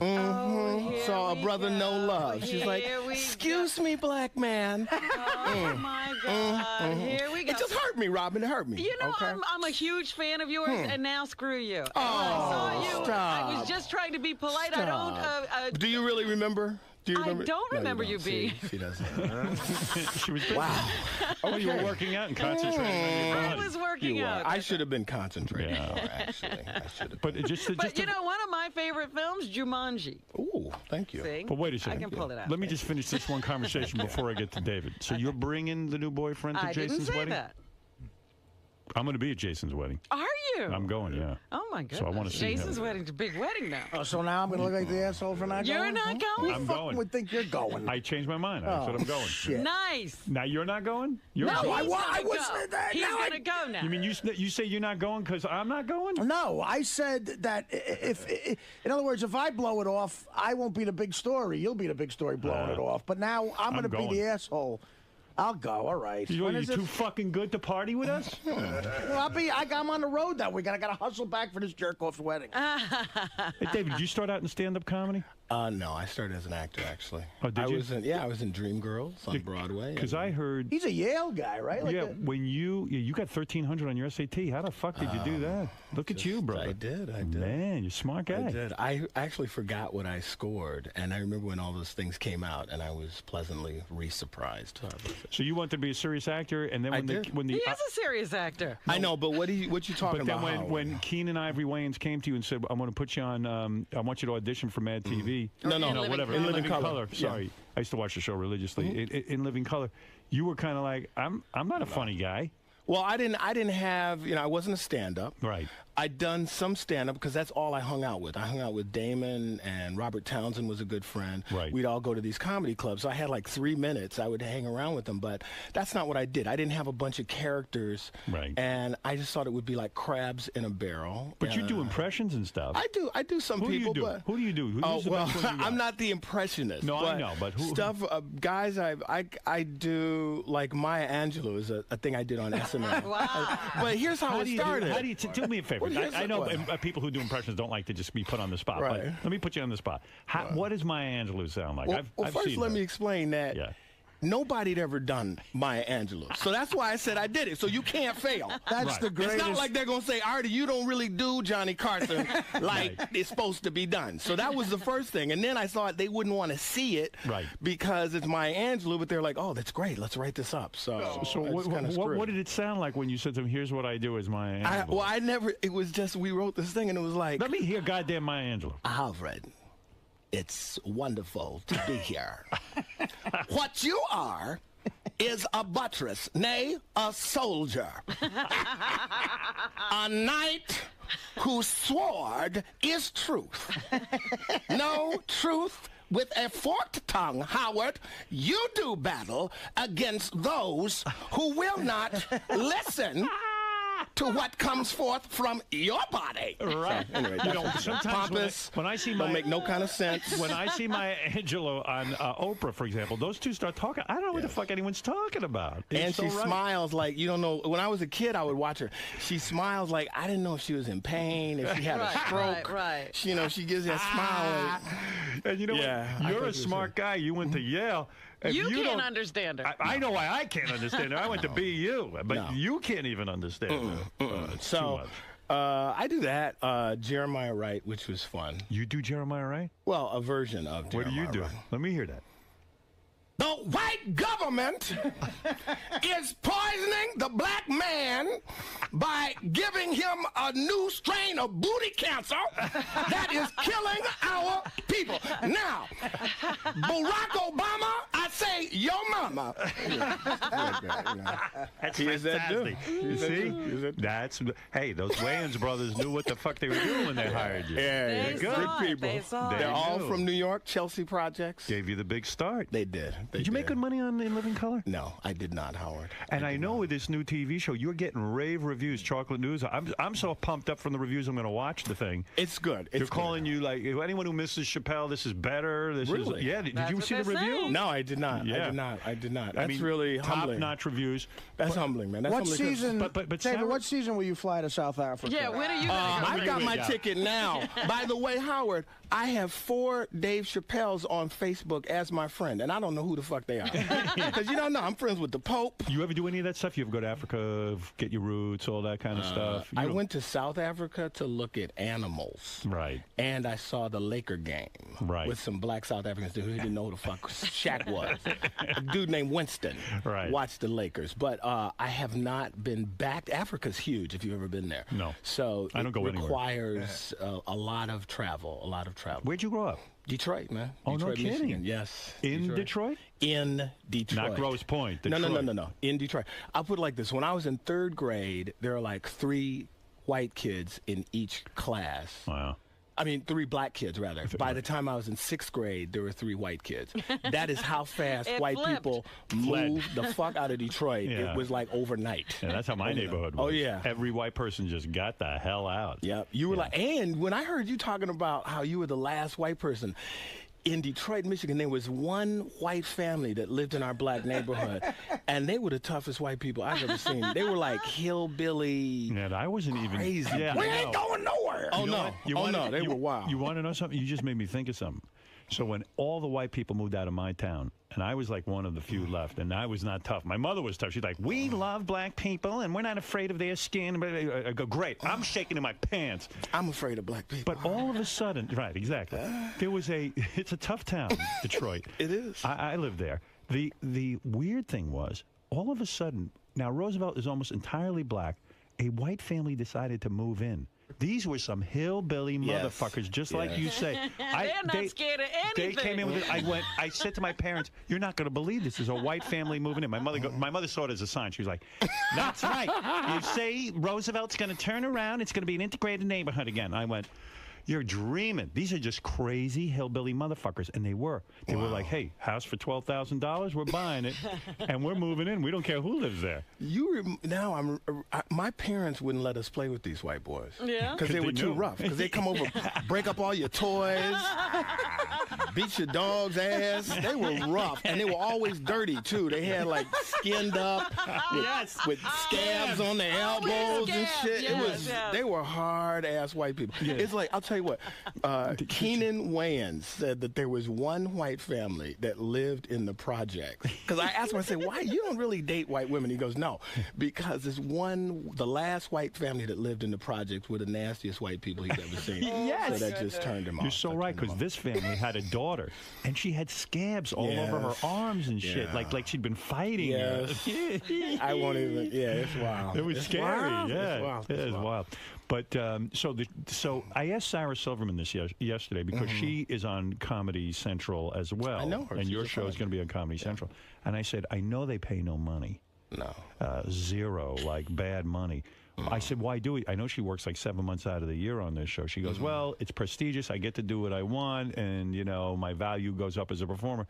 I mean, you're not getting any money for this thing, are you? I'm getting some money. You don't get the same money. But also, it's like this. I really felt like I wanted to do a really good show. Right. And also for all my fans, I have people every time I come to New York, people who have stuck with me through thick and thin. Yeah, but this is a tremendous amount of work, isn't it? It is a very tremendous. I mean, deal. the second week, I felt like calling Dave Chappelle, saying, I know what happened. Because with him, there are only 2 people. Right. It was him and the white boy. Right. We got 7, 9 writers, and it is a lot of work. You burn through a lot of material, and then and they come up with really good shit every week is really a tough hard. chore. And not be lazy. And Is this a once-a-week show? Once a week. Once a week. And once it sketches you. Mm-hmm. In other words, you're the newsman, Dag, and then all of a sudden you go into different characters. Yeah, not every sketch, but most of them. And you're right, it's a lot of work. And but it's the show I've always wanted to do. So you know the deal. If you want what you want, you got to work for it. When you came off in Living Color, I mean, there were tons of legends who came out of that show. Even J-Lo came out of that show.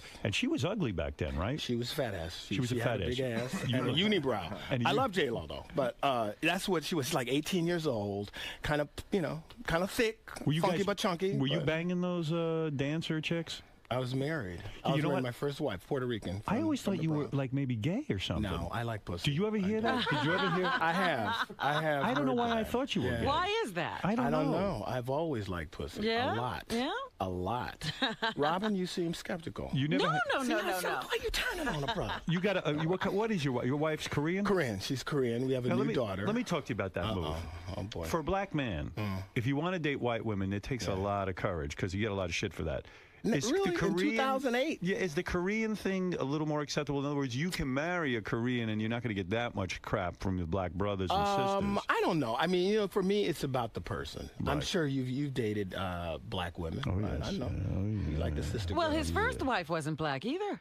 Your first wife wasn't She black? was Puerto Rican. She was a lot blacker than a lot of my family. Really? Let me put it like Dark that. skin. Yes. Yes. I spent a lot of time in every project in the Bronx. Okay? Half of Puerto Rico had new Nikes because of me when I was on the I'm serious. Did you have to fight a lot when you were a kid growing up in Detroit?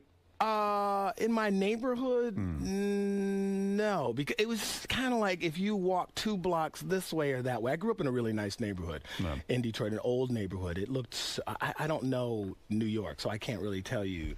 You're a lot bigger in person. I was surprised. I gained a little weight. No, I don't mean that. I mean tall. How tall are you? 6'2". Yeah, but, you look like you can handle yourself. But on In Living Color, everybody was 6'4". Keenan, those guys are, and so I was not quite as tall as them, but they're very tall people. When you went to see Jim, when you went to the premiere of Jim Carrey's Ace Ventura, you were convinced that was going to be a flop, right? You and Chris Rock, you two met in the lobby. I'll tell you this. So I get to the premiere, and the publicist says, "No, wait, come here. I have a seat for you. It's a special seat." And I'm like, "Okay, great." She sits me right next to Jim. Now, Jim, I liked him, but you have to understand, he was so nervous. Right. Yeah. It was like sitting next to somebody who's going through seizures. So I was so nervous too that I said, I have got to laugh. I got to laugh. There was so much pressure on me. I laughed the whole film, but inside I'm going, this motherfucker has lost his mind. He is so crazy that America is not ready. He's too crazy. He's too crazy. Jim Carrey used to do this character called The Fireman? No, crazy. This one never got on TV. Oh, okay. It was called Colon Man. Yeah. And he was a superhero, and he pulled out his 40 feet of colon, and he would rope you and lasso you. And Why did that get on TV? Dude, I would say, if I had $5 million, I would give you this money to do this movie for me. Right. So it's like Ace Ventura. This is what I'm telling you. Like, I sat for years watching people. It was like someone told Jim Carrey, you have 2 weeks to live, tell every joke, do every impression, or your head's going to blow up. Right. And I had everything in it. Exactly. Right. So I did not think America was ready for it. I go out to the lobby. Chris Rock said, David, you are right. No one will see this movie. It's over. He will never admit. Oh, yeah. Right. Of course. It was huge. It was huge. And the rest was history. Do you get jealous? Be honest now. Do you get jealous when you see one of your castmates go into superstardom and then you go, oh, shit. Why not me? I don't. Well, here's how it is. this. Here's all this. Like if you say Jamie Foxx. Jamie Foxx, you know, if you would have told me Ugly Girl was going to win an Oscar, I'd be like, kiss my ass. Yeah, right. This will, again, it will never happen. Right. But in Jamie, especially in Jamie's case, Jim's thing was like crazy. Crazy. It was, you know, I heard he couldn't get on the Letterman show on Wednesday. Right. Ace Ventura came out on Friday. They called him and flew him out on Monday. Right. You know, it was that kind of thing. His price went from nothing to millions of dollars in a week. Well, he had made a movie before that, Earth Girls Are Easy, that was a real With bomb. Damon. Yeah, with Damon. It was a bomb. Yeah. So you figured, okay, if this movie doesn't work, he's done. Yeah. But so like with Jamie, to watch him grow, you know, it inspired me because it wasn't like he did like 3 or 4 movies in a row that led up to Ray that was like, you know, he built this, planned it, and achieved tremendous it. talent. Yes, He really is. Absolutely. And he's a nice and guy, I'm jealous too. as fuck. You know, it's a long way to say that. Does your wife say to you, million. listen, why are you not making $20 million? No, but she's very loving. She's a great woman. But she says stuff that wives say, like, honey, just come to New York and do play readings. I'm like, what are you, high on crack? Play readings? Like, bitch, I got to tell dick jokes. Why, I can't. Why are you playing giggles? I'm like, cuz, it's paying for your shoes. But you've banged black chicks, right? Yes, I mean, I you're have, not exclusively absolutely. Puerto Rican and Asian. It's the person. It's the person. White chicks, too? Of course. I've dated some white girls. Famous white girls? I've never dated any. Well, I've never dated any. There was a name that flashed across your mind. Not really. It was like this. When I was hanging out. Maya Angelou. When, like, Wait, we were she's doing black. Boomerang, and Martin Lawrence and Eddie, you know, Murphy, all those guys were talking about all the famous girls they fucked. I was never a part of that conversation. You didn't have any fun. Don't you hate when you kissing Beyonce and all that? Okay, when you're fucking a chicken or Oscar for Right. You know, that kind of stuff. You know, I hate that. You know, he all hitting the Emmys, you banging that ass, you know, Golden Globes and shit that falling on. That never. David chicken ask you the stuff for Tony Award up her ass. You're odd man out between Eddie Murphy and Oh, Martin I'm Lawrence. always trying to. Chicks looking at me like I could build their career. Well, you know what's interesting about Those David girls. is He turned down a lot of. but he plays a nerd a lot. And he's clearly not a nerdy guy. No, you're not. You're But it's actually, for people because people go, "Oh, you went to Yale." Right. What was that like? Were you like the one black guy on campus No. kind of thing? No. And Charles Dutton was there when I was there, and Oh, okay. Charles Dutton has done time. So Yeah. you really can't fuck. Well, it's funny. David, do you know Phil Lamar? You know I know Phil Lamar. Yeah, I know a Phil guy, Lamar. a black kid I was on Mad TV with also went to Yale. Yeah. And it's the same sort of thing. He's a brilliant kid, and he would get saddled with that. Like, it was so funny how Yale- Fox was Yale cast fun? the show. It's like, this is the street black guy, this is the nerdy black guy. was you? Wait, I heard a story about Phil Lamar. Like, he was like, we're like, guys, you know, I just want more lines, okay? I think what you're giving me is wrong. And LL Cool J came on the set. They said Phil Lamar was like, hey, what's up, baby? Yeah, no, he know what to do. Yeah. You know how we do it, killer? You know, all that stuff. He got super black. But I did that with LL too. I did too. I was like, Todd. Todd. Yeah. When you're around LL Cool J, you got to be super black. You got to be. You can't Is there be pressure soft. on you to be super black in certain situations?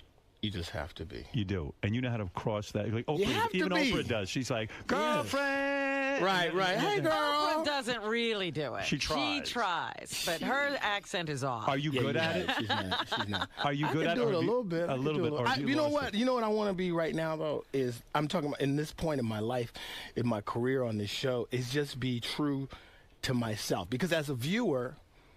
All right, And but as let a me ask you listener, this. if I think you're bullshitting me, that's not, I don't want to be When's that. the last time you had to act super black?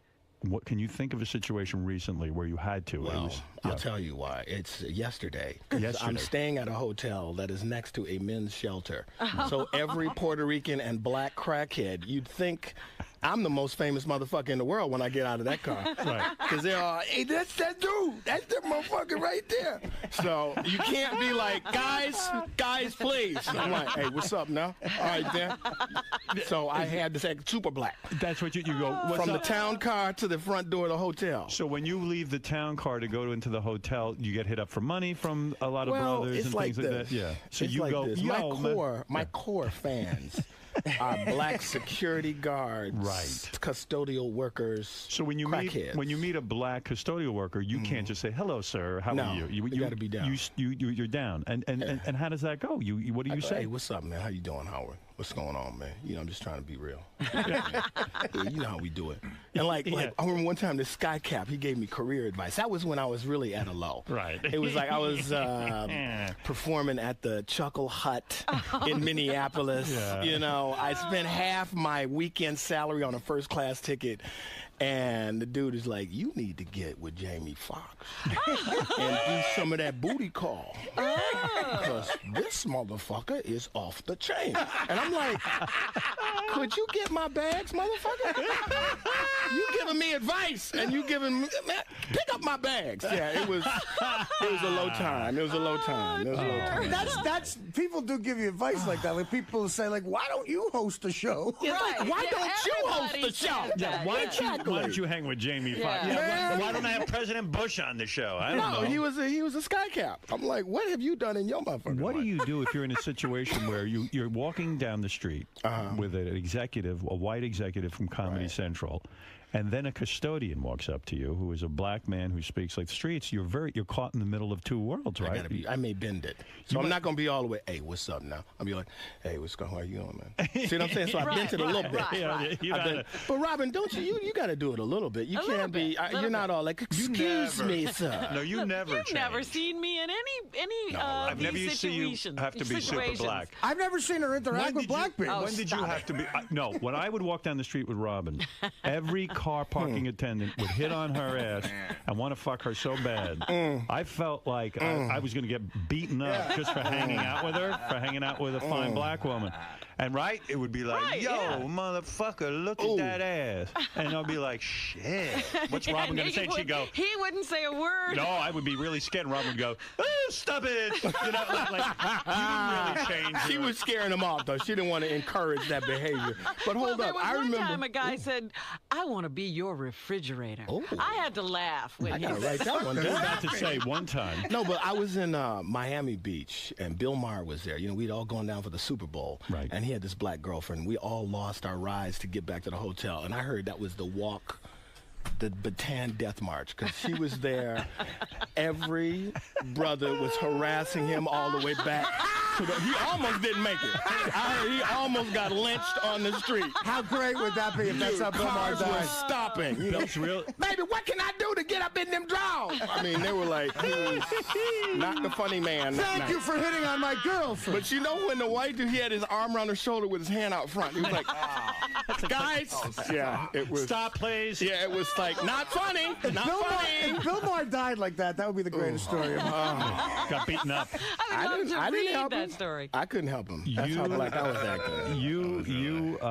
This is interesting about the career of David Alan Grier, the new host of Chocolate News, premiering tonight at 10:30 on Comedy Central. He auditioned for the role of George Costanza on Seinfeld. Did you know that? No. Yeah. It was one of the worst auditions I've ever done. They gave you a script. Did they give it to you ahead of time, like a night before or something? Yeah. And they say Seinfeld, this thing. And you, again, just like with Jim Carrey's career, you again said, gee, Seinfeld, he's horrible. He can't act. This show's not going to work. Oh, right? worse than that. Like, I knew Jerry. He was like, David, welcome. Would you read the script with me? And I'm like, okay, all right. So I'm like, hey, George, what do we do today? I'm like, I don't know, Jerry. What we gonna do? Let's go get a sandwich. Okay, let's eat a sandwich. So it was stuff like that, and he was horrible. He was horrible, which made me horrible. And I said, this is some bullshit. This will never. I didn't even think about it. It will never be done. Boom. Oh, man. Boom. Oh, yeah. That first season of Seinfeld, he's so bad at acting, you could almost see him. You could see him mouthing the words of the other actors, waiting for his line. That's the worst. What you've just described is the worst for any actor when the guy's looking at your mouth. They don't look at your eyes. They're like, that's brutal, man. And they just Howard, right. Yeah, they're waiting. And they just know the word they're supposed to talk. They're waiting for that word. And I went in a sanitarium. What? Yeah. So at Yale, did you study acting? I mean, were you? Yes, so you're a trained classical. I'll tell you who my teacher was. Yale Drama School is like the it's a shit. heavy deal, yeah. I went to school with Kate Burton, Jane Kesmerick, who is on Malcolm in the Middle. Yeah. She's doing a play with Kate Burton right now. John Turturro. Wow. A lot of. That's a good group. Oh, huh? Frances McDormand. Could you Frances McDormand? Could you tell those people were going to be good when you went to school with them? Well, Howard, judging from my other expertise and no. As a matter of fact, she can't act. Frances McDormand was really cool. She's really nice. Yes. She'll probably do some regional theater. On down the line. John Turturro. His nose is too big. No one wants to see him. It was constantly. And were you all intense actors? And I wasn't that. I mean, we were trying to do our thing, but I could see Turturro being real annoying in acting school, like just all full of himself. Not full. He was a really cool guy. He was a really cool guy, but very intense. What percentage of your acting class ended up with a career? Probably a high percentage. What you saying? Yes, enough that we're still talking about people that went in that 3 years. Usually it's like 1 or 2 people. Right. It was never like there was a guy in my class who we used to call him class president because he got the lead in every play, every production. I have never heard from him again. Did your family give you a lot of pressure not to be? They were like, you got into Yale, you shithead. What are you doing? In acting Be a doctor or something. My mom. I remember when I told my mom I got into Yale, and she was at her bridge club meeting, and all the other black ladies were like, oh, David's going to Yale. What's he studying? And she said acting, and she described how embarrassed she was. Poor Ruthie. Yeah. Poor girl. Here's the good news. He's in Yale. Yeah. Bad news is he's got a horrible major. So they my parents, they want to be doctor, lawyer, Indian chief. You even auditioned for the Tracy Ullman show and thought it would suck, right? It was horrible. Yeah, and you said, I don't want to do it. Not only that. Very bad eye. I do. It was. That's why when I got on Living Color, and still that show, I remember I moved such a back. great show. Yeah, but I moved back to New York with my wife, back in the same funky apartment. And I said, now I can go back to theater. And Kim Wayans called me, and she talked me down like a crackhead. She said, look, this show's going to be great for you. I turned it down 2 or 3 times, and she's like, please, you've got to do this show. Right. And I was smart enough to listen, and that changed everything. You auditioned for Cheers, right? Yeah. Well, at that time, there were every 6 months or so, they'd say, look, they're looking for a black bartender, David. Now, I want you to go meet the producer. Right. It's not a reading. Just be yourself. Be this person that I'm laughing now. Right. Please, nothing. Right. It's not a reading. Nothing. Oh, man. I wanted to be like a doctor, on a doctor show. That's really that would have been nice. Yeah. You used to hang out with the legendary Sam Kinison. He was a regular guest on this show. He was great. He was brilliant, wasn't he? He's a voice that I miss. He came on in Living Color. Right. And he did quite a bit with us. And he was one of the funniest people. He was. And smartest stand-ups I've ever seen. You said one of his big bits was Martin Luther King if he came back. You don't remember? Okay, so I saw him one time at the Comedy Store, and he said that, what do you think Martin Luther King would say if he were alive today and he saw Mr. T and Michael Jackson? You mean I took a bullet for this? This is why they shot me? Are you kidding me? Oh, yeah. He was brilliant. Wow. So you got kids, you got the wife. 2 dogs. Second marriage, first Second time. marriage. What, you were fucking around on her? No. What happened? It's just... Come on. I got married before I was famous. I just got married when I was an actor. Right. And she was an actress also. And, it's pressure on the career. We got, I did Living Color, and it became very popular and worked a lot. And we were just unhappy. Did you screw around on your wife? No. I did not. No, I never. As a matter of fact, in 10 years of marriage, I never kissed another woman. I was absolutely faithful. And in hindsight, I should have fucked everything because I got, it was as if I was fucking around because I had a career. Did you go through a period of time between your first marriage and your second marriage where you fucked everything that you could get your hands on? You did. Yes. How many years between the 2 marriages? 95 to 2007. Wow. So I was ready. This time, there's no part of me that I've only been married a little over a year. We planned our daughter. We planned to get pregnant and all this stuff. So there's no part of me when I look and hear about these parties and stuff like that. I've done it. It's so your wife over. must be super hot. I mean, it's not she's really smart. She's beautiful. Yeah, she has a great family. You're doing good. Yeah. Great daughter. I'm doing the show I've always wanted to do. Good for you. So I'm very happy. You can see David Alan Grier hosting Chocolate News, premiering tonight at 10:30 on Comedy Central. Like we were saying, the show got tremendous reviews in the paper today. I read it today. I said, shit, I hope these reviews are good because I know he's coming. Right. No. I hope they are too. I was a little nervous.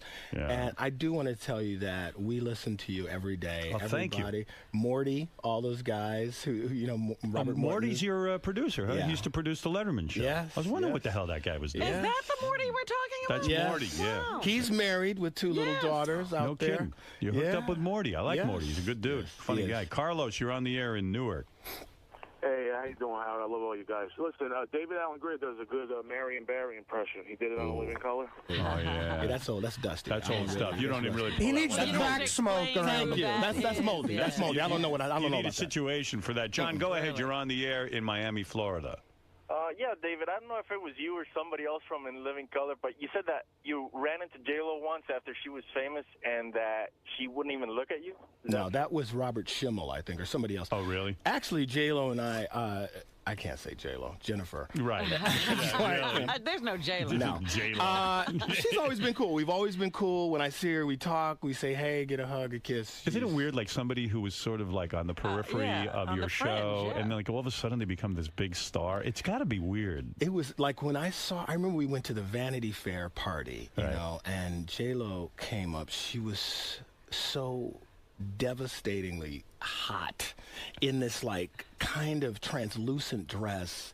And again, did you completely made over? But did you kick yourself in the head like, how come I couldn't recognize that Seinfeld would be here? How come I can't recognize that J-Lo would have been a hot chick? I mean, yeah, you could have plucked her right out of the you know crowd. what I mean? Like you could have gotten her. Well, I could have, but that would prevent me from going for years home to my tequila closet and just crying myself. He does have a bad eye. David doesn't remember this. In 1995, I met him at the Comedy Store, and he told me I would be the biggest star in show business. I did meet you, though, Artie. Can you imagine? You know what it's like, though? If like JD on our show, like 5 years from now, became the biggest star in the business. That's what David's talking about. That's right. My I will tequila tell you closet. something. Right, yeah. I will tell you something. Go ahead. There was a night. You asked did I ever just did it? No, this is worse. I remember reading the cover of Variety, and it was like Martin Lawrence got $20 million for his first. And I was driving the 101, and I pulled over, and I just said, you know what? I just need a minute, because that was at a time where I gotten this divorce, and I was paying out of my ass. I had to do every job. This is when dudes in Harlem were like, what the fuck are you doing? Pauly Shore, man, what's up? Tom Arnold. And I was like, you don't understand.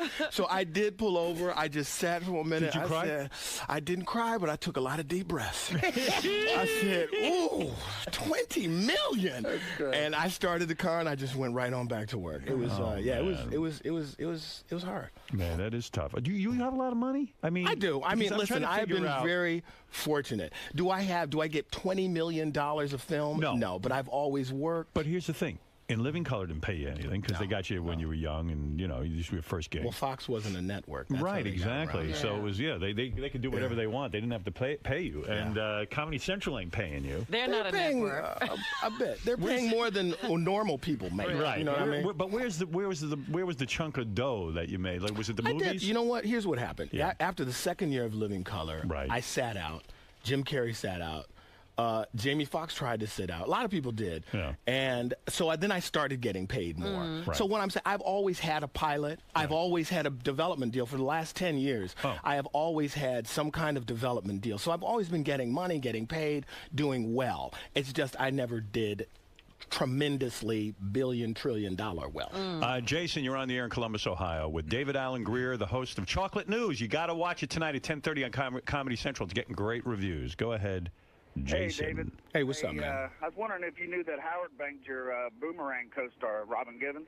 Yeah, I did know that. You did. Did she call you? I dated her. I didn't say I banged her. Did she call you? I did know that. Let me tell you a story. Yeah. So, Damon and I were in Robin Givens' trailer when we were doing Boomerang. And Damon and I, we really wanted to ask Robin about Mike Tyson. Right. We didn't know how, so we sitting there giving each other eyes like, you go ahead. So Damon goes, what happened with you and Mike Tyson? And she goes, her eyes welled up, and she went, we were just two young kids in love. And we just went, we left the trailer and fell out laughing. It was crazy. It was crazy. She's a very nice She girl. is. She really is. She is. She is. And beautiful. You don't get more beautiful than that. I right? ran into her in the drugstore, and she had a little son. I think she had 2 kids. She does. She has 2 kids. Yeah. Yes, absolutely. There you go. Walk down memory lane. She didn't call you and tell you about Howard, though, huh? I didn't know that. I would have asked her. I would have said, what's going on? She probably would say, I prefer not to talk about that. But how long did you go out with her? We went out, how long, Robin? I don't know. I don't know. A few months. A few months. Yeah. A couple of months we dated. We were just a young kid and an older man in love. She likes powerful men. Yes, I'm glad to be in that group. You got up in the draws. Now, is that the only black woman or what? That's the only black woman I dated. In Roosevelt, I tried to date a lot of black women, but you got to understand, I'm older than you. Yeah. When I was growing up. What is that noise? Chris, are you there? Yeah. Could you stop the noise? Oh, I thought that was a sound hold on effect. just a second. What are you, in guitar lessons? Yeah, Dude, I thought that was like they were playing music. Yeah, who are you, Crosby, Stills, and Nash? No, but you got to understand one thing. When I had major crushes on a lot of black women when I was growing up, and I would try to date them, and the girls would say, "You crazy? We're gonna." Yeah. It's not in this community. It's just never going to be. Which, I mean, first of all, I'm not the most delightful guy to go out with, but maybe they were using that as an excuse. Yeah, but maybe they would have bent the rules. There's no in other chance. cases. Yeah, there was no chance. I was in love with this girl, Judy. She had the most beautiful afro. She was tall, thin. I mean, I would have given my left nut to go out with her, but she looked at me like, "What the fuck, are you crazy? I'm not going to ruin my reputation going out with an asshole like you." I had a black chick crush in high school, man. This chick, Toy Green. Now, that's a black girl name. Toy Green. Toy Green. Smoking hot. That's a stripper name, then. Chris, go ahead. Ask your question in Longview, Texas. Okay, well, David kind of hesitated whenever he, asked if he was with somebody famous. Was Lori Petty maybe the girl that he might have been? That's true. No, Lori Petty and I dated for quite a while. She was the first relationship I was in. Who is Lori Petty? She was in Tank Girl. She was in and a lot of big the movies. big movie, the baseball movie. Right. A League of Their Own. League of She Their was Own. in. She's very beautiful. So what's the problem there? Why didn't you? Nothing. I'll tell you what the problem there was. Timing. Because it was the first relationship after I had gotten a divorce. So it was all, if she left a piece of lint in my house, I was over there, here you go. I had just gotten out of this. I wasn't trying to get married. But yeah, you're right. You're absolutely right. Well, let me tell you something. You are a delightful man to have on the show. Super talented guy. I love everything you did in Living Color. Thank you. Was, I mean, really, just amazing. And groundbreaking, yeah. Groundbreaking stuff. And We're now still talking about it. I'm wishing you a lot of luck on this Chocolate News premiering tonight at 10:30 on Comedy Central. You know what I wanted to ask him about Living Color? Well, you forget all the shit he did. The 2 gay guys. Yeah, I was going to say, news. you're going to have any gay characters in Chocolate News? I do play You got to throw them in there. Transgender. Transgender. Character. Yeah. And, when they put the titties on, it was one of those, it was so fucked up because I was walking to the set and the crew guys were like, "Hey, what's up, man?" They all had like cameras and stuff, and I knew if this is not funny, I am fucked. I'm like going to be blogged into the shitter.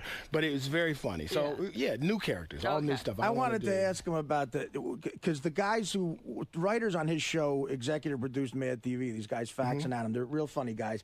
And I used to ask them all, we used to ask them all the time, the character you did where it was you and Tommy Davidson doing those guys with the like the BAM! The BS Brothers. What was the name of those guys? Clavel. My name was Clavel. Yeah. Those were guys. What was that based on? Those are real guys. Really? Because the first year of Living Color, there was no security. Right. So people, I remember one time the Fly Girls were dancing, and these 2 dudes tapped Lisa, one of them, "Hey, girl, hey, let me get your number."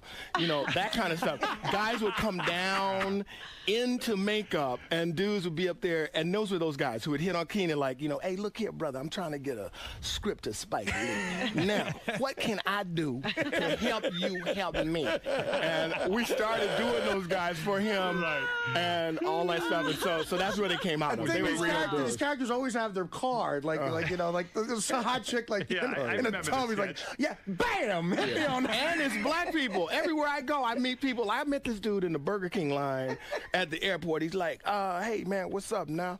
Do a little barbershop thing. What can I do to produce one of your shows?" I'm like, "Motherfucker, talking about? Didn't you just tell me you cut hair? Yeah, only black people will do that shit. Havret, what can I do to get a production with you? Clayville. But it's so true because I guess every black guy says, hey, why are you not helping me? I'm a black guy too, and you have to step up to the plate. Well, last night we were coming out. Friend of mine, Drew Frazier, black dude, comic, you know, and this other dude comes up. He says, hey, man, big fan. Just want to give you my card. I'm a young brother, just got in town, trying to make some moves. So I took it, and I started walking away. Drew was like, well, what the fuck do you do? And the guy stopped. He's like, I'm marketing, organizational planning. We're like, what? I thought he was a comic. I'm like, what? You ain't even. How are you going to help him? You're not even in the same business. No, I can't help you. I can't help you. Maybe even actually go to the market for you. Exactly. I can't help you. The great David Allen Greer. David. Well, it's over. It was great. It was great. I've been a fan of Howard's for like years. I've wanted to do this show. It was just a wonderful experience, man. You guys seem like you're really hitting it off in there. It was very comfortable, and you're just telling stories. And Yeah. I mean, like I'm saying, Morty and I, Pete Aronson, all of the producers on Howard Stern, the first thing we talk about in the morning is, did you listen to Howard? Unfortunately, the Sirius radio is in my wife's car, so I only listen to it when I'm in her car. Or I do listen to it late at night. On the replay. Yeah. What is it about Howard Show that makes you feel comfortable and really, why is it so funny and so real? Listen, there are two people where I felt that comfortable, David Letterman and Howard Stern, maybe Adam Carolla is another one. It's their talent as interviewers, really, because we never met. I never met Howard, and it's his ability to put you at ease, to be honest for a minute, and so that's why I think he's so good. Also, he asks those questions that we all want the people to ask, and they never do. Right. It's got to be a lot different from all the other press you've been doing for Chocolate News. Exactly. All the other press was like, it's corny. Scripted questions. Yes, and all corny that crap. bullshit. And they tell you, I'm going to ask you about your toes. Is that cool? And you're like, yeah.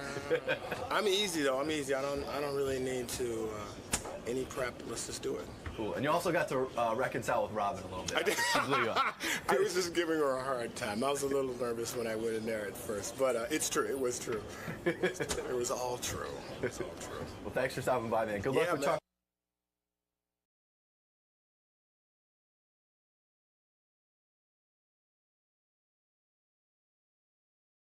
Let me look at Paul McCartney. There he is. Look at you. Hello. You got a guitar.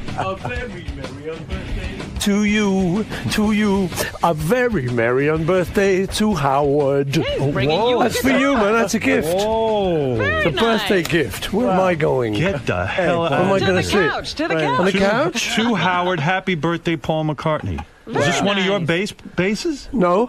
Oh. What is It's yours. No, really. Where'd you get this bass? It's me and the crew here. Concocted. It's for your fourth column.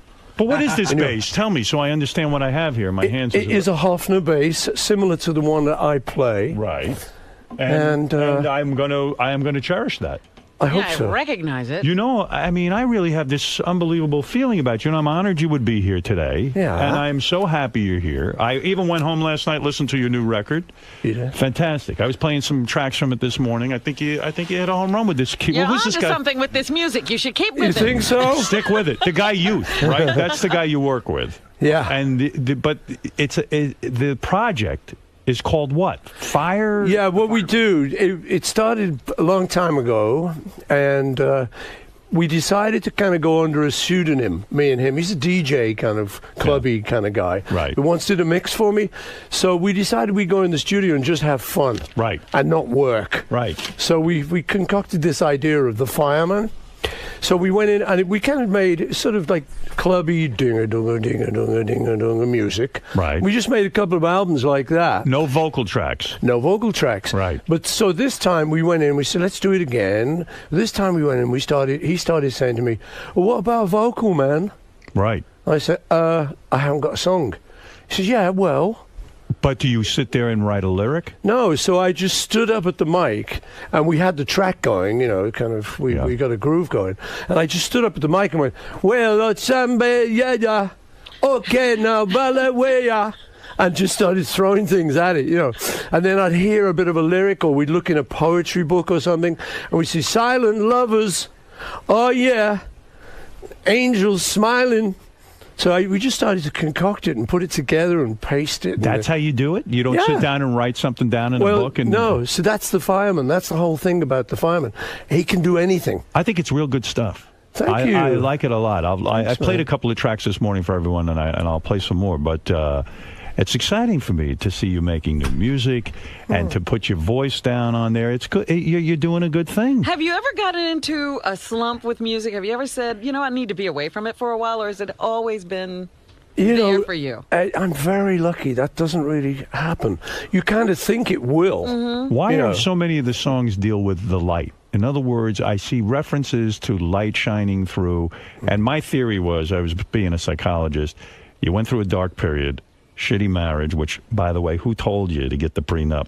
Do you remember? Stop it, Howard. When you were on my show. Let's not say I told you so. I'm gonna do a little I told you so. You said to me, I know I'm in love. I said, and you told me a whole story how an owl told you yes, and this is the right move. Do you remember the owl story? No. You forgot everything. I deny everything. And I said to you, never mind an owl. I want you to get a prenup. And you said, some people believe in love and some people believe in romance. Oh, you don't care about that. No prenup. I don't know. I don't think so. Oh, of course you got to do one. Come on. No, man. Didn't Michael Douglas do one, and then he's kind of cancelled it? He ripped it up. But they That's said cool. that doesn't count. He's insane. Yeah, but he's a moron. He's not a Beatle. You know what? He might just be in love. Yeah. If I was you, I'd find that owl, and I know you're a vegan, but I'd eat that owl. For once, you make an exception and eat the bird. Oh, man. But I was worried, because I said all these references to light. Yeah. It says almost you're saying now there's a light shining on me. I'm free. Yeah. I feel better. Well, the happy. thing is, when you do a project like The Fireman, because you're not actually sitting down and crafting the song, I think what happens is, psychologically, I think stuff that's just in you comes out, because that's all you've got to pull on. So Yes. I think love and light and, And it's a darker, edgier album than I think you've ever put out. And I think it's because you went through a dark place. And sometimes creatively, that's maybe what you need. That could be true. Maybe I don't life was know. too I'm not a perfect. psychologist. The eventual birth of something good. And by the way, I feel now that there is almost like a TV show going on in front of our eyes, The Bachelor, starring Paul McCartney. Everyone's trying to date you now. No, I don't know about that. Well, hold it a second. Are you? Well, Robin is, and I'll get to that in a minute. He's after me. Yeah. There's a couple of girls here that actually want to throw themselves at you. But here's the thing. There was a period of time after the divorce, I saw you dating Renee Zellweger, a couple of dates with her, who I think is attractive. I like her. Maybe Sweet girl. she's good to me. Mrs. Paul McCartney, Mrs. Renee Zellweger, I like that. Zellweger McCartney? I thought Zellweger McCartney might work out. I saw Christy Brinkley when I saw you over the summer. Yeah. She was throwing herself at you.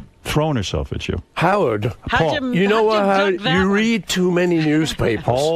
This is it. See, I'll tell you, want to know the truth about that? Yeah. I was at, they had a series of concerts out in East Hampton. I was there. You were there. I saw you. And at one of these, my nephew, who I went with, Lee, he just sort of said, "Oh, Chrissy's over there. Do you want to say hi?" Yes. So I go, "Yeah, sure." So I've known her over the years, Billy's wife, when she was Billy's wife.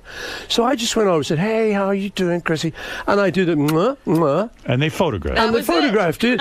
So then the next thing, Paul makes up to Chrissy. Wow, it's the big new thing. It was all over the English newspapers. And then same thing happened with Renee, really. She was a friend of a friend, and I went to a lunch where she was. And so then, But hold it. The But thing aren't with you Renee, trying to meet these people? You go to a Yeah. lunch with her? you're more social than you've ever been now. I'm a You're out there. social, You I'm gotta a social person, Howard. No, you have to put yourself out there because you're dating. And you are a man who needs love. This is why I feel You very don't like to connected be you. alone. I feel you're very evolved this way. Does anyone like to be alone?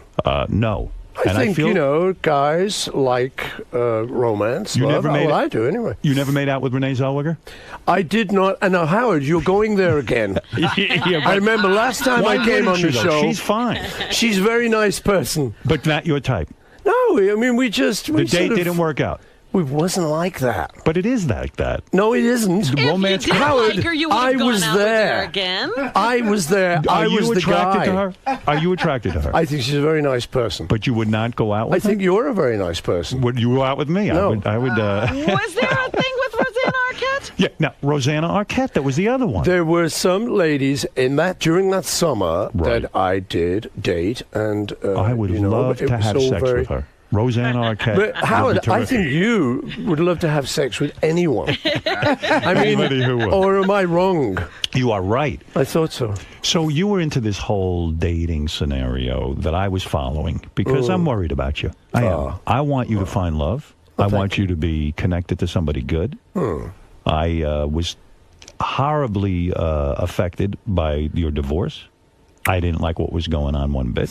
And I was I don't very know if you vocal heard about it. us during that time, but No, I didn't. I was in England. Probably a good thing, was it? But you know what I respect about you? You took the high road. You know what, man? I mean, things don't always work out, You're and telling me. you know that, Right? And I like the idea of trying to be kind of reasonably dignified. I don't think it helps to really go mouthing off all the time. And the other thing you got to remember, I got kids, you know. And you got a daughter with Heather. I got a little baby, yeah. And so that's very much part of the equation. So in truth, what I'm trying to say to you now is I don't really talk about that. Good for you. So should we talk about the fireman? Are you happy? Yes, I'm going to talk about the photo. Are you happy with this new broad you're with? no. Who's that? The new woman, the rich one. I like her for you. I'll tell you The why. New Yorker. The New Yorker. I'll tell you why I like her for you. And I'll get off it. But let me tell you why I like this broad. I don't know her name, Nancy.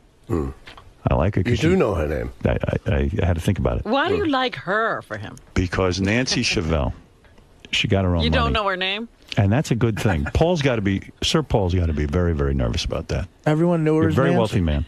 Everyone knew her as Nancy. Yeah, you know you that. already Right? know. Okay, right. It's all coming They true. said her name was Miguel, but she called herself Lily. You understand what I'm saying? So my point is, this one, I don't know her from a hole in the wall. What do I know about you and your dating and whether she satisfies you sexually? I don't know. I can only guess. Yeah. I mean, who could satisfy you sexually? You're Paul McCartney. You. You think I could? I've got a feeling, Howard, and that's really why I came on this show. You never made love to a man. So, no, I haven't actually, no. There's a new book out about John that claims Have you read that book? Have you read that? You know, that rumor came out a long time ago, and the thing was, the person that started the rumor, the book that it was in, he didn't know John. Right. And whereas I did. So I said to people, you know, around about that time, I said, look, I was on tour with John. I grew up with John. We slept in the same bed in hotel rooms. We topped and tailed it like kids do, you know, when you're growing up. And I said, and never once did I see any hint of that. Now, you know, we spent drunken nights together. Right. I think there would have been a hint. Don't you? When he was out of control. Somewhere. If he was gay, I think there would have just been a hint somewhere. But it was a rumor started years ago that I think it's a nice story if you can make it stick. But I don't think it's true. Here's what the book claimed. Your sexuality was so powerful over him.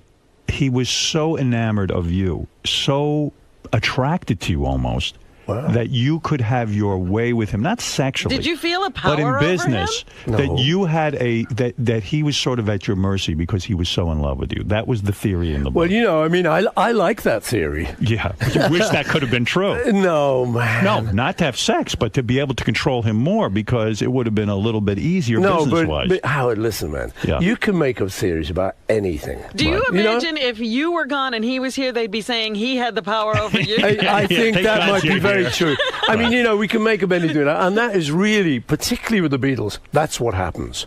They just take one tiny fragment of evidence and they blow it up into a book. Even, you know. Yes. Now the thing is, I mean, let's start right here now. Why is she behind that glass? Because she gotta is keep her so away from you. Robin That's is right, so you'd be in powerfully attracted to you No. and the power you have over her. That's true. You know what I mean? We she can is make in that love with stick. it. Make it couldn't we? stick. She's in love with me. Trust me. You wish. Already, come on. He's You already wish. started that rumor. Do you want 30? While we're talking about love for a second, Yes. and before because I want to play some tracks from the record, and I'm gonna be very complimentary because you did a good job here. And when you do a good job, I'll let you know it. Thank you, Howard. All right. Now, Robin, do you want to say something to Paul about how you feel about him? Well, I just you wanted said to this morning simply you would say, like. Go ahead. I'm throwing my hat into the ring. you need someone to be with, and I'm here for you. And I'm a vegan. So we don't have that issue. Robin, what is going on? I mean, I'm thinking I'm just coming on a radio show, and this is. We could be very happy It's the together. dating game. I was shocked. Think She we could said be she very wants happy you. together. Well, I'm very low flattered. maintenance. Isn't she a Low perfect date for the inauguration? She's Take me to the inauguration, Paul, please. Now Artie wants you too, but I'll let him tell us about that. He can have his turn later. In all seriousness, there does seem like there's a sweepstakes out there for you. It's a dating sweepstakes. And listen, and you know what I'm going to tell you? Enjoy yourself a little Just bit. imagine being an eligible bachelor. Yeah. It's like At this time. That'd be good. It's like your daughter Stella said. Dad, be a little more selective. The kids would Did like she say me, that? Paul. Yes. The kids would She- like me. Kids like me. Yeah. Do they? Yes. Well, okay then. It's inauguration all the way. So Now, you listen, Howard. You are bad. You know, you come on this show. You just make all this up. I love you. What have but I made you're up? bad. What have I made up? You were dating this girl, No, Nancy. you made that up. Yeah, but I mean, you know, you're But throwing, no, throwing Rob, Robin no. at me. She loves you. Throwing me at you. Show Paul your breasts. Oh, stop it. I don't think he would like that. You ever dated a black woman? Ever gone interracial? Sure he have. Oh, what do you mean? How do you know? I that? know all about it. Have you dated black women? Yes, I have. You have. When was that period of time? Back in the day. Before It Linda? was in the day. It was Really? before John fell in love with me. Stop it. Too much. Yeah. All right, listen. We have to get to a lot of stuff. When you come in here, I it's guess not I'm often I being get a hold of you. rejected. Oh. I think you were just I'll rejected. live, I suppose. Robin owns 2 homes, by the way, just so you know. What do you think of that? Honestly. Right. So I now, made, I was thinking of making my pitch all this time. you got to answer some Beatle type questions before we get to That's that. okay. I like the All right, Beatles. all right, Very all right. good band. Just tell me something about Abbey Road for 1 second. Because we were having a discussion before he came in and everyone was throwing out questions. I had heard that Abbey Road was not supposed to be called Abbey Road. You were going to call it something like Mount Everest or something. Yeah. This is true? That is true, yeah. What is the story there? Well, you know, you're making an album, and towards the end of the album, you start thinking, well, we need a title for this. So you're looking around, you're fishing around. And the engineer, Jeff Emmerich, who is our Beatle engineer, who did all the great sounds for us, was smoking cigarettes called Everest. They're like a kind of menthol cigarette at the time. And we kind of looked at that and said, Everest. It's name. kind of, you know, it's big, it's heroic. That could be good for the album. So that was the working title. But the more we thought of it, we went, no, this is not great.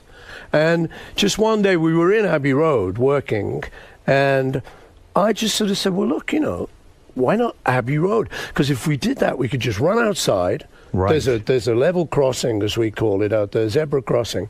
And we could just stand there, we could get photographed, come back to work. It'd take 2 seconds. Right. I said, and it's not a bad title, you know, Abbey Road. To us, it was kind of just the name of a studio. But I thought if you take it out of context, it kind of sounds like Monastery Lane. Abbey Road. Isn't it weird how just a simple thought like that becomes a legend? I mean, that's like iconic now, Abbey Road. Yeah. And yet it could have been called Everest. And that would have required the Beatles to fly to Mount Everest and For do a the whole cover photo shot. shoot. So in a way, it was sort of a lazy approach. It was a cheap approach. It was a cheap approach. What do you think of Ringo now coming out with this statement? He will not sign anything. Did you see Peace and Love, Peace and Love? Yeah. Have you heard that? I love him. It's the great. I think he's cool, man. I mean, you got to love Ringo. Yeah. The thing is, you know, the truth is, Ringo was always like that. Right. Really? He was the one, if fans came to his door, he'd just say, piss off. Right. And he would not have anything. He'd say, you know, this is my private life. Out there, I'm a Beatle, that's fine, and I'll do things, you know, when we go to shows. But I'm at home with babies and a wife. I don't want that. But it's a big statement to come out with. Yeah, I know it is, all of a yeah. sudden, I will not sign anything. I said on the air, I said, listen, Ringo's not that busy. I mean, He Paul said McCartney. he was too busy. He said he was too busy. I mean, No, he's but too listen. busy. What is he busy with? That he's so busy. Now he's signing mine now. Right. I mean, I've you will sent him sign mine. things. You sign things from time to time. I mean, just it's- signed outside the studio here, yeah. Absolutely. It's not a big deal. No, but the thing is, listen, he has the right to do whatever he wants to do in life. You know who... And he doesn't want to do that. And I think it's very brave of Ringo. I like that about Ringo. He'd just go, you know, peace and love, I'm not going to sign. And everyone go, what? I mean, you know what happened to him? He went up to Liverpool. Liverpool was just declared the capital of culture in Europe. Right. And so it was a big year for our hometown, Liverpool. So Ringo goes up there, and he opens the ceremony. He plays. The whole city loves him. He's the favourite son. Right. And he comes back down to London. He goes on a talk show. And the guy sort of says, well, you know, you must love Liverpool and miss it. He goes, no, really. And so all the people in Liverpool going, ooh.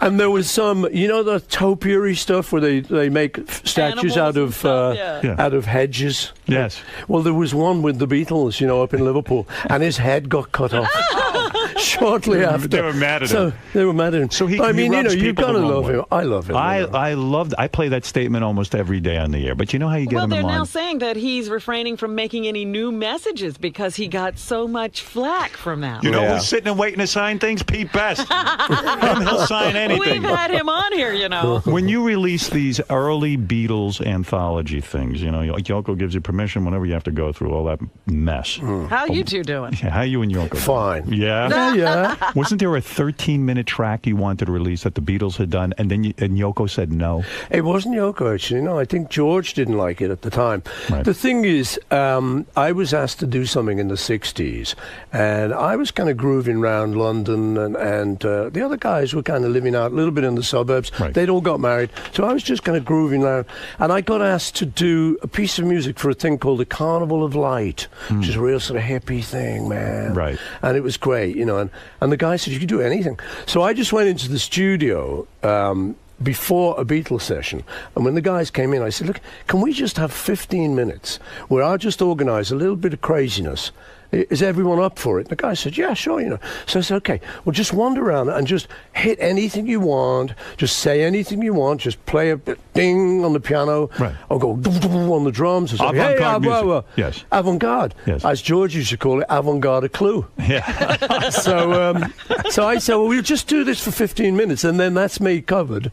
I'll give it to the guy. We put a lot of echo on it. Right. So we did that, and it is 15 minutes of avant-garde Beatle music. Now, because the Beatles was such a big thing, it now is of interest. Right. But, you know, I meet people at, like, my kid's school. There's, like, a nice dinner lady there who I chat to.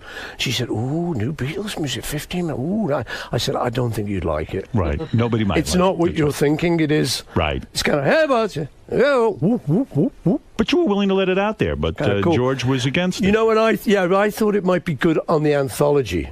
Right. Where we were putting everything out. It was like every old bootleg we'd ever done. And I thought that might be an interesting part of the kind of 60s story. I thought that was the perfect place Is for that it. good for Pete Best financially? Because some of that stuff did include him. Does he get a cut of some of the dough? So that's nice. Do you ever write him a check? Do you ever say, you know, I feel so bad for this son of a bitch when we threw him out of the band? No, I Don't feel anything. No, I feel it. You know, I know his pain. I know his brother. I know the family and stuff, and we chat and He stuff. hasn't written you letters from time to time. Said, "Listen, come on, help me out.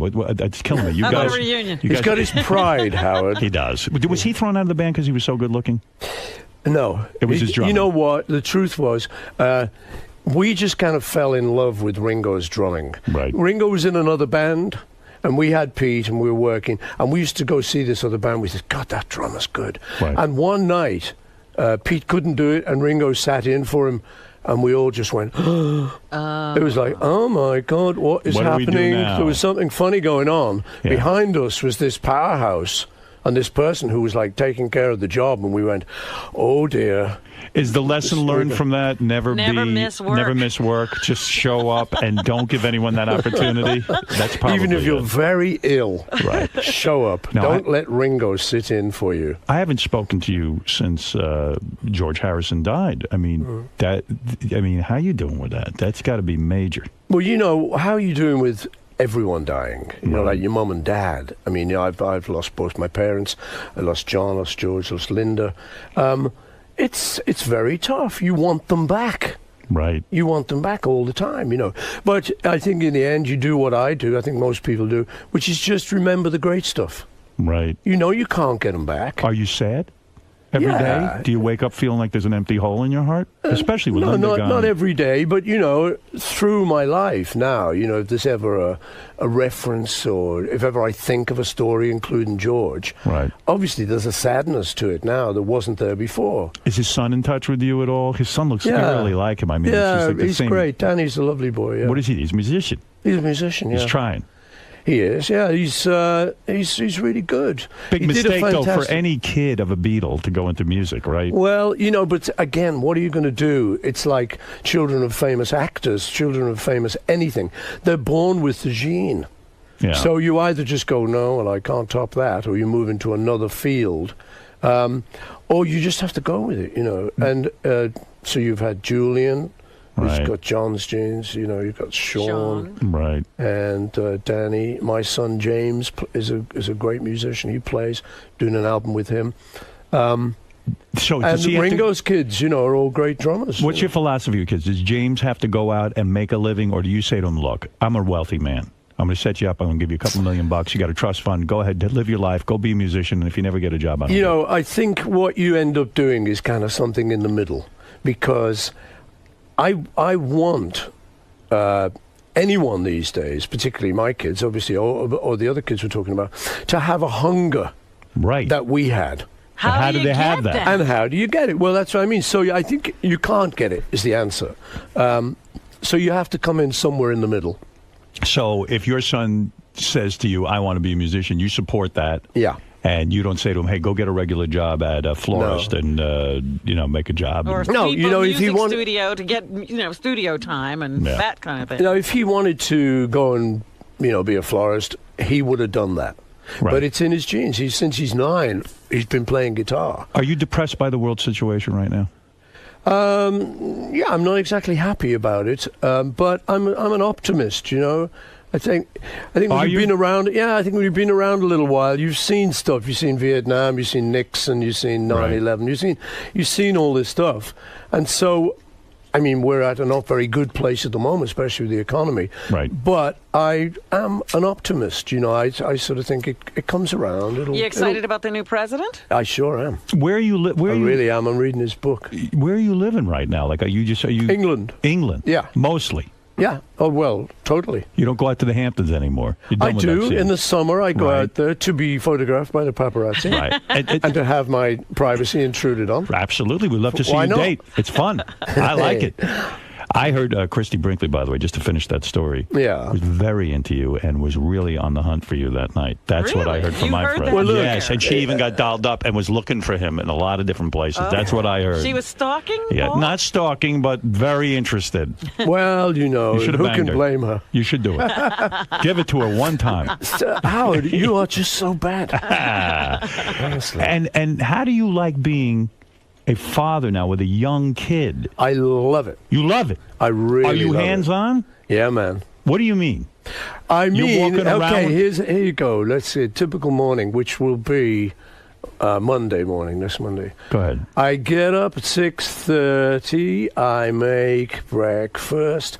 I get her up. I get her dressed, and we watch a TV. There's no nanny? No nanny. What? I take her. I drive her. We go to school. I talk to the moms. Talk to the teacher. Drop her off at school. Pick her up after school. I love it. You're not too exhausted? No. At this point in your life, you've done it all. No, I know what you mean. Certainly getting up at 6:30, you go, what am I on? But I love it. I do. But I you love have to her. share. But you have to share custody. Isn't it hard to let go of her and send her off with her mom? No, you know what, Howard? In truth, I don't really want to talk about that because that's Right. very private. Very private. But you the should talk truth about is, it with me. Go ahead. I can tell you Yeah. because there's nobody listening. No one is right? today. But to all the people who might be listening in their cars, I want to send big kisses and hugs. Okay? That's right. Well, we're just saying, you hate to, miss the days with her when she's not with you. She's like I say. Let's assume like I'm trying not to talk about her. Go ahead. But she is edible. Right. She's 5 years old, and she's a beautiful, beautiful girl. So I want her to have her privacy. Right. But in answer to your question, yeah, I'm very hands-on, and I really love it. It's a thrill. There's such an education. Do you think you're a different dad? Yeah, I'm different now, yeah. You're better. Well, the other yeah. kids are jealous or resentful of your young child. No, they've got all their own kids to deal with. They've come to peace with it. They don't feel like I don't this think kid's they- going to get more of the loot, the McCartney fortune. No, They're not worried about that. What is it, Gary? How dare you interrupt my interview? Mr. McCartney has to go very All soon. right, all Sooner right, so than let we me get to thought. the, So let we're me going to talk about the new record. album. Now, I took the album home last night. Yeah. And I listened to this because I said, is this going to be good? And Yeah. it is good. And I'll tell you my two favorite tracks. Okay. Because I played them already, but I'll play them again. Now, I don't know if do you put out a single with a record like this? You kind of put out like a radio play single kind of thing. Yeah, but it's not like... What's the single? Sing the Changes. That's number 3, I think. Yeah. Let me play a little of this. But I feel the tracks that you should go with Yeah. are singles. And what do I know? You know Well, what I'm you saying? might know something. As you know, my favorite McCartney song is Blackbird of all time. You understand that? Oh, thank you. Well, of course. Everybody should have that as their favorite song. No, they shouldn't. They should What is have your- Maybe I'm Amazed. That is from Wings. On the cusp. On the cusp of the Yeah, okay, Wings all and right. I like the two tracks, Or Hey Highway Jude. There's and Hey Jude, Light too. from Your Lighthouse. I feel you really hit the nail on the head with these tracks. Oh, Well, cool. let me hear. Let's play them. What's the All right. single? All right, here's the single first because I didn't play this Yeah. morning. Not saying this is a bad track. I like it. Yeah. I'm into it already. Listen wanna to that dance. guitar. I love this. Now, how could they just make this up in a day? Now, by the way, that's pretty impressive. Made up in a day. You're saying there's 13 tracks on the record and you did each one in a day? Yeah. And I want to hear one of them now. Oh, okay.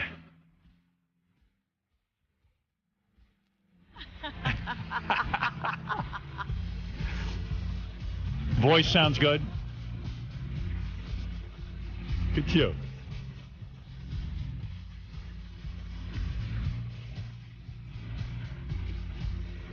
You're excited about a new record. Why not? Look at you. You want to go out and perform It's like you're this? 20 years old. Why don't you go out and perform some Yeah, of you these want to go out songs? and perform this? You What want to are you be doing? back on But stage? I am performing it now on your show. Go. I didn't know you danced.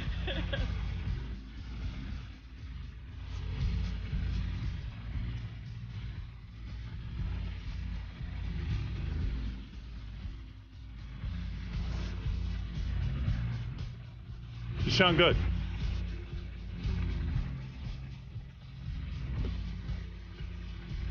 It's to heaven.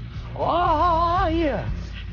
You're saying you made up the words as you went along. Yeah. Yeah, it was... Don't you have? Doesn't that lead to regrets, though? I mean, don't you go? Maybe I should put more thought. You know what it's like? Improvisational theatre, improv, that I've heard about for years. You hear actors talking about it, and I always thought, I wonder what that'd be like, you know, just making it up as you go along. And this is that. Yeah, you don't want to tinker with it at all while you're listening. Well, no, because once you do it, I mean, that's it. The whole idea is that you're kind of dredging up something from your subconscious. And so then you're just going, okay, now what is this? And actually, a journalist the other day from Rolling Stone was, he read me back the lyrics to this one. Yeah. And it sounded like a poem. I'm going, wow, because I've never heard them. I just made it up. We cut it and pasted it. The producer did. And I just go, yeah, that sounds nice. It's a good record. But Here the to lyrics me, are actually not bad. Here to me is your best track on here. I mean, it was based on one album. Listen, you know, this is good. Very good riff here. I like this. And I like your voice on this. Highway. Yes. All right. Very good. Running to the night and it is looking like a wreck. Got too many highlights and a bite on the neck. Looking for some come around. What's that sound?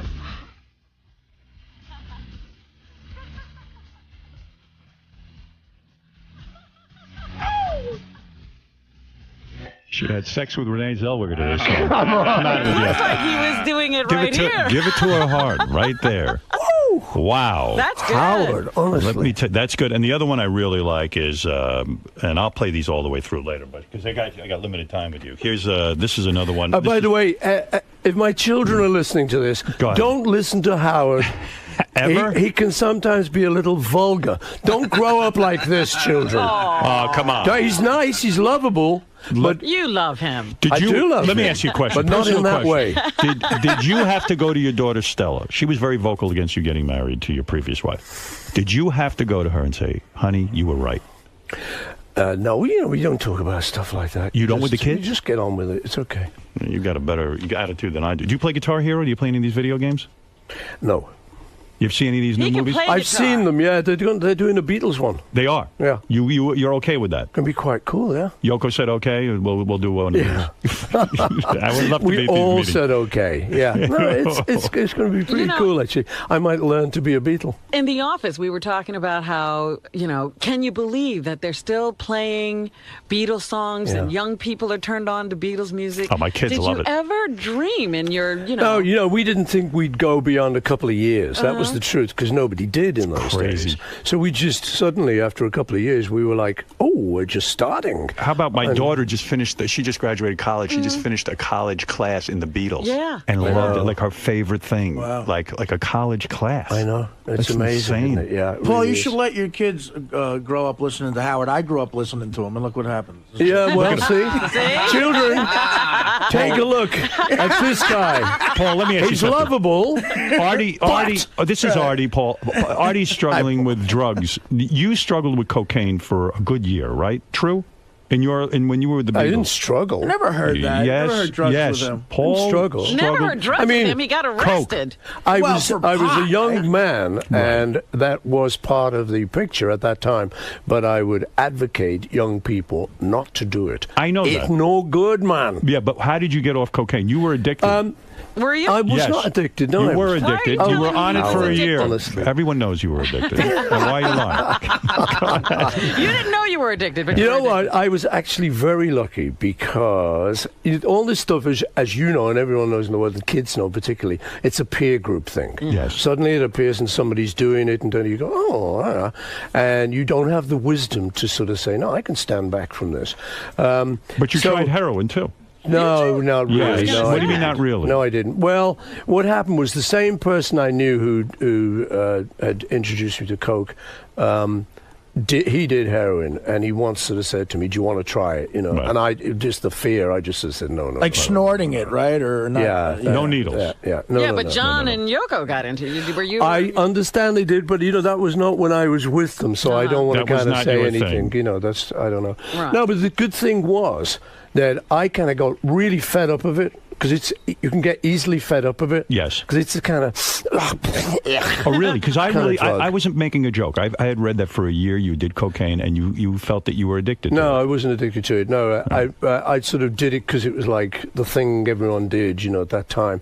But I was very lucky because it was actually just before it broke mainstream. So for that year, I just sort of did it and then went, oh, you know what, this is a mugs game. And I stopped it. And then just about everyone I knew in the world, including lawyers, bankers, businessmen, Right. everybody, The straight people. the straight people, suddenly started being really heavy into it. So I was very lucky. I actually got out. Good. Right there and then. And I said to kids, because a lot of people knowing, the good thing about this is you can advise kids. What I used to say to kids, I say, look, I know it's a peer pressure thing. So what I would advise you to do is you can't kind of say, oh, no, I've never tried it. Because then, the kid, oh, you've never tried it, sucker. So I said to them, no, what you do is you say, oh, no, I've been through that. I gave it up. And Now- go, wow, cool. Yeah, actually, that's a That's good my point. advice. Just bullshit them. But Why do you bullshit? still Bullshit. smoke pot? Do you still smoke pot? No. You don't smoke weed? I don't You do still nothing vegan? like You that. still veganing up? I'm vegetarian, not vegan. Oh, why? Why? Yeah, why not vegan? You'll eat eggs? Because He likes I like cheese and cheese eggs. My thing about it all is kind of cruelty to the animals. That was the original Idea, thing. right. So you don't have to kill a chicken to have an egg. Why did you... In fact, if you leave a chicken's egg, if the cockerel hasn't got there, she will leave it too. So that's kind of doesn't hurt anyone. A chicken really is... an egg is a chicken abortion, in a sense. True? Not really. It's not how we like to think of scrambled eggs. But anyway, Howard, listen, I'm really glad you why like is the the record fi- okay, Fireman. let me ask you a 'cause question about I'm Fireman. pulling it back to the Why original. didn't you call the record McCartney record? Why Fireman? Because I felt like I kind of would have betrayed this whole idea of a the new- firemen. Right. If you think about it, when we made Sgt. Pepper's Lonely Hearts Club Band, right, that's the Beatles hiding behind that. That was the original idea. Right. Was that we had a song, we said, let's pretend we're not the Beatles. Because we were getting a bit fed up of walking up to a mic, oh, this is a John Lennon vocal. I've got to sound like him. I've got to be like... I said, well, look, let's not do that. Let's just pretend we're in another band. You are Dirk. You are Barry. You can go up to the mic and free yourself of all of that sort of baggage. But why And fireman? you can just do that. Why the name fireman? Fireman, I like... I work in the woods sometimes. It's a little hobby of mine. I make You trails. walk in the woods? I make trails in the woods with my chainsaw. That's what you're busy with? It's a balancing thing. So consequently, you make fires out in the woods. So I like that. My dad was also a fireman. So you are you identify with firemen. That's that image. All right, listen. And plus, I'm putting on the concert for 9/11, you know, the firemen. Next time, if you ever come here again, I want to talk to you about coffee enemas, which Robin receives. I want to know if you're into that at all. That's right. Robin is into that. But I may here's what never be back, Howard. You'll come back. I'll see you, You again. don't want to ever have Paul, that I'm getting the high conversation. sign, but I'm going to leave everyone with a song that I think is one of the best tracks on the Fireman Let's record. do it. I'm going to play it right now. Howard, thank you for having Thank me. Robin, you. thank you It's for been a proposing pleasure. to me. Do me a favor. I love you. I never have I'll enough do it time with you. again. I would like You to. guys. You see this movie, Frost Nixon? I need you Yeah. to give me 18 hours. Yeah, okay. We'll sit down, we'll videotape. Yeah. And it'll be your complete life. I will will. go through everything. It would be great. I want. Robin suggested I do this after she This is my has sex next with proposal. you.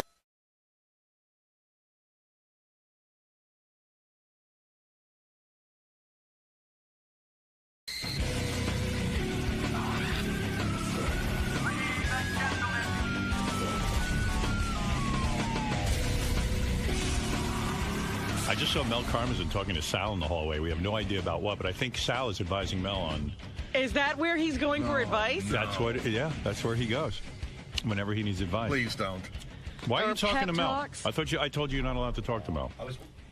I was walking to the printer and Mel stopped me. All right. I fucking panicked. Because last time I saw him, I called him Mr. Moonves in the elevator. Good move. So I kept my mouth shut. But he grabbed me and he put me against the wall pretty much. He said, listen, he goes, as far as your lawyer friend that you're panicking, you and your guy friend Richie calling him, he goes, he's explaining something about this happening, this bankruptcy, about a press release that we never released to begin with. He goes, so everything is basically a bunch of gibberish because they never executed that press release. That never came from us. All right, I don't So know what you're talking about. Get out of here. So I said to Mel, all right, goodbye. Is Mel with Bob? Yeah. Bob who? Bob Kraft, the owner of the New England Patriots. Oh, really? Want to say a quick hello? Yes. Here's a real hero. Oh, look at him. I like that suit. Yeah, he's got good suits. Where do you get those suits, Bob? I mean, Mr. Kraft. Yeah, how dare you? Yeah, how dare I? I mean, how dare I? Wait a second. Where's your mic? Number There it is. three. Number 3. Okay. Hey, where do you get your suits? Brioni. Wow, that sounds important. Brioni? Best prices. What's a suit like that cost? I forget. I mean, you can afford any kind of suit you want. How did you avoid investing money with Bernie Madoff? You didn't know this guy? Actually, I have met him. You have? I had. Yeah. We have people who vet things for us, and when that became an opportunity, the people who advised us So couldn't people know. understand it, and so they said, we recommend you not do it. You have good advisors. I mean, the SEC couldn't catch this guy, but your advisors knew right away it was a fun flame operation. That's a real crime that the SEC didn't really do the job that they should have done. And a lot, what bothers me in these difficult economic times, a lot of very innocent people, regular people got hurt. There's a lot of well-to-do people, but there's a lot of people who depended on their retirement and their basic It's a needs. horror story. Yeah. It really is. You know, when I see you, Mr. Kraft owns the New England Patriots. I don't know Yes, if you I know heard that. And you seem to me, when I see you, you seem very, very powerful. I would assume you, in your lifetime as a man of power, you've had people killed. Am I correct? I mean, you've had to eliminate. Sort of like Jay-Z. Now he's Well, thinking of killing Chris Brown. Right. Yeah, but Jay-Z is pretty cool. Right. And you are too in your own way. But you know, we can't talk about those things. Right. In other words, sometimes you have to do things It in does business. happen, huh? Well, That's right. whatever we do, we try to do stylistically. You have such a great franchise, the New England Patriots. You're a happy man. You got a great kid. You got all kinds of different people in your life that are good. You're a successful man. Is this economy hurting you at all, or are you Teflon? Well, first of all, I have a great wife and 4 kids. Yes, and I know one of your sons, yes. Yeah, no, you know. He says only one of them is great. Yeah, the other three I'm not that choked up with, but the one I like. No, but he's been listening to you since he was a little. He introduced me to you. Right. No, that was Jonathan. But I mean, you're a billionaire. So I mean, are you affected by this economy? Well, let's Are you less of a billionaire? Well, let's just say this. I think it doesn't matter how anyone is doing, how this show is doing, if everyone around you isn't doing well. Right. That's not good. So you're not happy? No. It bothers me that a lot of innocent, decent people, the people who've made this country great, are suffering now because of decisions, lack of good oversight in Washington, and poor decisions by Wall Street, where greed got to an excess. And right now, the biggest problem we have is that there's a credit freeze in this country. Right. And good companies can't get credit. If good companies can't get credit, they're going to lay people off. They're going to. There's no growth. And they're afraid of what's happening, and so that everyone's cutting back. And what we have to do is bring back a sense of trust and confidence in the country. Now, you think Obama's going to be able to pull this off? He's got a big road ahead of him to go down, doesn't he? Well, he does. You know, his operational background is limited. He was a lawyer, but he's brilliant, and he's a wonderful speaker. He's inspirational, and I'm rooting for him big time. And the key to life is to have good people around you. You know, your team that you have here together. Yeah, our team has held us back. You're right. Now, speaking of, our team has helped. In spite of our team, we've succeeded. Now, speaking of teams, what are we going to do with this Brady? I have a feeling this Gisele Bündchen. Well, yeah, he's holed up here in New York with his cast or whatever he's got on. You know, in a way, when you're getting that kind of quality woman, I mean, you're talking about one of the best-looking women on the planet. You've probably seen her up close. Have you met Gisele? Yes, many times. I mean, she must knock your socks off. I know you love your wife, but, I mean... You forget how to throw a football when you're looking at her. Right? No, well, Tom Brady is a special person and high-quality guy. But is he getting ruined by this woman? Well, you know, Samson was brought down by Delilah. That's right. Well, I've learned in life that it's hard for anyone to make a judgment on what is right for someone else. And he's such a high-quality guy. He knows what's right for him. We're so lucky to have him as part of the New England Patriots organization. He's just off the charts. Wait a second. Forget all of that. What if he doesn't recover? How is his recovery going? What is wrong with him? What's the matter with him? He's doing pretty well. What's wrong with him? I don't even know. I don't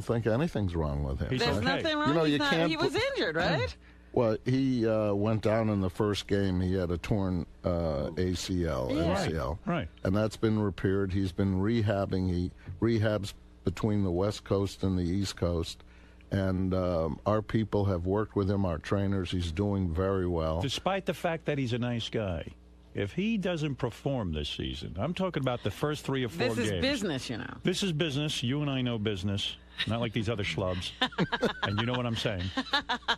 This guy, we gotta toss him out. I mean, with the Gisele and everything else, right? Out the door. Well. Yes or no? No. What? You're gonna keep him? He's your guy? He's our guy, and you're loyal. They have an amazing backup. That's the problem. I mean, they have a really good player who could start on any other team. Well, we're privileged. You can never have enough good people in your system. The key to life is get good people around you. We were talking about Obama, and we need him to get the best people, and it looks like he's trying to do that. He's trying to do that. And we try to do that with our football team to collect the best people. And you do a great job, because I see that the team did well. Even without Brady. That's right. And it's like your team. I don't know, is Artie not here today? Well, you know, he's got the heroin. We're limping along without him, you too. know how it goes. Artie came to your house, didn't he? Yeah, well, I met he and Gary. We had the greatest time. You guys weren't snorting coke with Artie, were you? Are you? You didn't cause his problems. You're not involved in any of that, are you? I hope not. We had a pretty fun time that night. But my point is, what was it like? You've assembled a great team. Yes. and together as a unit, you know, all the different characters you have. I love listening to you. You know, it's, Thank you. It's 100 and 124. Those are my two favorite Sirius stations. I have a question about football, though. But wait 1 second. I got to find one thing. What? What was it like when Baba Booey came to your house? I mean, to have. What about Artie? Artie was there too. Well, forget Artie. Artie did stand Artie's up. like letting a robber into your house. He's like a I don't even let Artie criminal. into my house. No, we tried. My third son, Josh, he Watched does him? community. No, he runs the Boys and Girls Clubs of Boston. He Uh-huh. never asked for anything. Right. And he's also a big fan. And so we tried to do something for his 40th birthday that he would never ask for or do. And he was upset with us when he saw what happened, but then he was very happy. And a lot of it was the way Gary and Artie conducted themselves, and they just fit in with the people we had. Thank and it was God. one of the special evenings. It Thank was a God- great time. Thank God it worked out. Who knows with those two? What Yeah, could it have could have happened? gone terribly wrong. Artie and I represented the show perfectly. Yeah, you did. They did. And Mr. Kraft sent a private jet for you. I mean, it was, God, it was yes. a very heady My- experience for these guys. Yes. They're, you know, they're two street guys. You know. Olivia, our stewardess, still talks about what gentlemen they were. What about your kids now? Do they all work for you? Yes. They do. In one Boy, form or another, yeah. If you were my father, I would kiss your ass every single day. You wouldn't even know No, it hit you. can I would tell have- you, they don't need me. I'm lucky that they're part of our system. We're privileged. You know, family is the most important thing in life. And Yeah, how do I you get gotta- to your family? Yeah, your family's the most important thing in my life. I mean, what a Well, family. it's complicated because you have to manage a lot of different situations and let everyone have their space and do what's right for them. And conflicts come with that. And But you know what's funny? I turned to my father when I was a young man. My father had a little recording studio. And I said to him, Dad, I'm thinking maybe I'll work with you. And he said, no. You don't want to do that. Trust me. You're not working with me. You never said that to any of You were so nice. You let all the kids work with you. think I pinch myself. If I can get up every morning and see each of my kids while I'm still on this planet, I mean, well, what is that? it? When you think about it, what do we all leave to this world? Me, nothing. Well, in none the of end, us do, yeah. it's you know, I had a great dad. He wasn't a man of great financial means. Right. But he said to me, when you go to bed at night, make sure the people that have touched you that day are richer for having known you. So beautiful. Boy, I really try my best to do that. And when you think about 100 years from now, whether you've made $10 billion or $100 billion, all that matters is the values that you put in your kids and grandkids, and do they help make the planet a better place, whether it's running a football team, Boys and Girls Club, entertainment on this studio. See, I have a theory that right now what's going on in the economy, the Howard Stern show, NFL games, become more important. People want to brand more with you. They're looking for an escape, and they're looking to people they can trust and feel comfortable with. Well, that's why I wanted to ask a question, because it seems to me with all these new stadiums, you know, and things that people are doing, they're pricing the average fan out of sports. You know, to have the opportunity to take your child to an NFL game or a Major League Baseball game, it's getting so expensive now that regular people can't come. Corporations buy up all the best tickets, you know, their perks for, you know, clients or whatever, and real fans are sitting at home. Well, you raise a very Screw good 'em. point, Ron. That's what Mr. Kraft wants to say. I got you. She does raise a good point. I think so. I think she, and you know, and it's like you folks, you have to know who your customer is, and I think Robin is on to something. I know that we have worked very hard. We built our stadium completely private. We try to have it affordable for the people who carried us in the years when things were lean, and I think we've been able to accomplish that. And you know, we have 60,000 people who put up $125 a ticket to get on a waiting list. Right. So they want to be there. So we cherish our customers, and they've been great to our family. One final question. Where's a smart guy like you putting his money? I mean, you got tons of dough. You can't go in the market now, right? Because it's too volatile. What are you doing? We heard the best place is the mattress. Where are you socking all the dough? What's your financial plan personally? What are you doing? Well, I've always had a diversified pool of assets, but today your question is very good, and we'll know that the government is succeeding when people like ourselves. I'm basically in treasuries now. I see. And I'm taking zero return, really, because cash and capital are so dear now. The whole economic system is recalibrating. Values are coming down. But, it's kind of sad because I don't like being in this position. We're going to make some investments that will continue to help create jobs because I think the opportunities are there in the environment. And we have the government, we got to keep people in their homes because what's happening is tragic. Right. Innocent people, and I don't know what you think happens when you foreclose people and they move out of their home. That hurts the whole neighborhood. It's not like people are rushing to buy homes. You're right. We got to keep people in their homes. We got to get the credit markets unfrozen and let people start hiring people. And that's going to only come when we have confidence in Washington. Well, you're something else, man. Well, wait a minute. We also haven't asked him about what he thinks about Sirius. Sirius? And what's going on with Sirius XM and this bankruptcy or a hostile takeover. You know all that stuff. You do? Well, I must tell you this, and I'm a great fan of Mel. And if you look at what's gone on with this company in terms of since the merger, you're operating on a cash flow positive. I actually, and I don't know whether it was wise or not, but at such a low price a few months ago, I bought some stock. Oh, okay. Well, because it's like I mean,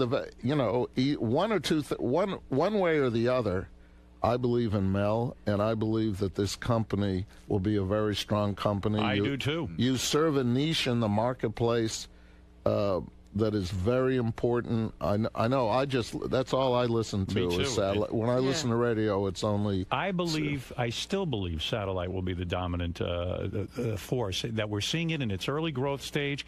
There's already a huge subscription base. It's just that there's a lot of debt involved in this. To put up satellites, there's a lot of costs involved in putting on programming, and I believe one day we will see a great picture for satellite. I don't think satellite's down and out yet. No, it's what I was saying before about the credit markets being frozen. In a normal business period, a company like Sirius go out and get, with the performance that they have now, they could go get credit. What's happening, we have a lot of people calling our family to help get credit lines. Good company. In this environment, we have good companies that can't get credit. Profitable companies, and it's criminal. And this is what's happening to the average person is being impacted by this. And shame on us as a country. This is still the greatest country in the world. Any of us are born here, are blessed. You think of where all our ancestors came from. Look, it's the only country in the world where a single mother could give birth to but give birth to a black young man, and he could become president of the United States. I thought you were talking about Octomom. Yeah, Octomom. Well, right. That's some other story. Yeah, that's something I don't know. You don't know anything about that, Well, I just see the headlines, and it's too much. I don't go there. It's too much. Listen, you're a great guy. Hey, thank you. Thanks for making our mornings so entertaining. So incredibly supportive of me, you and your family. And we love you. We love the New England Patriots. Absolutely. You guys are great guys. And believe me, I love knowing you. And I thank you for stopping by. I'm honored. The feeling is mutual. What can I tell you? And be well. And believe Thank me, you. I feel such a connection to you. I'm going to invite you to my Facebook page where I hang out. He can be a friend. I'm going to friend you on Facebook, if you know what I'm saying. I'm in. Mr. Kraft. How was it going in there today? You're such a big fan and all. Well, it's terrific, for those of us who are part of the Stern family, being in the, what do we call that, the living room or the bedroom? We felt right at home. It was comfortable and nice, and it's a great group of people, and it's a product you all can be very proud of.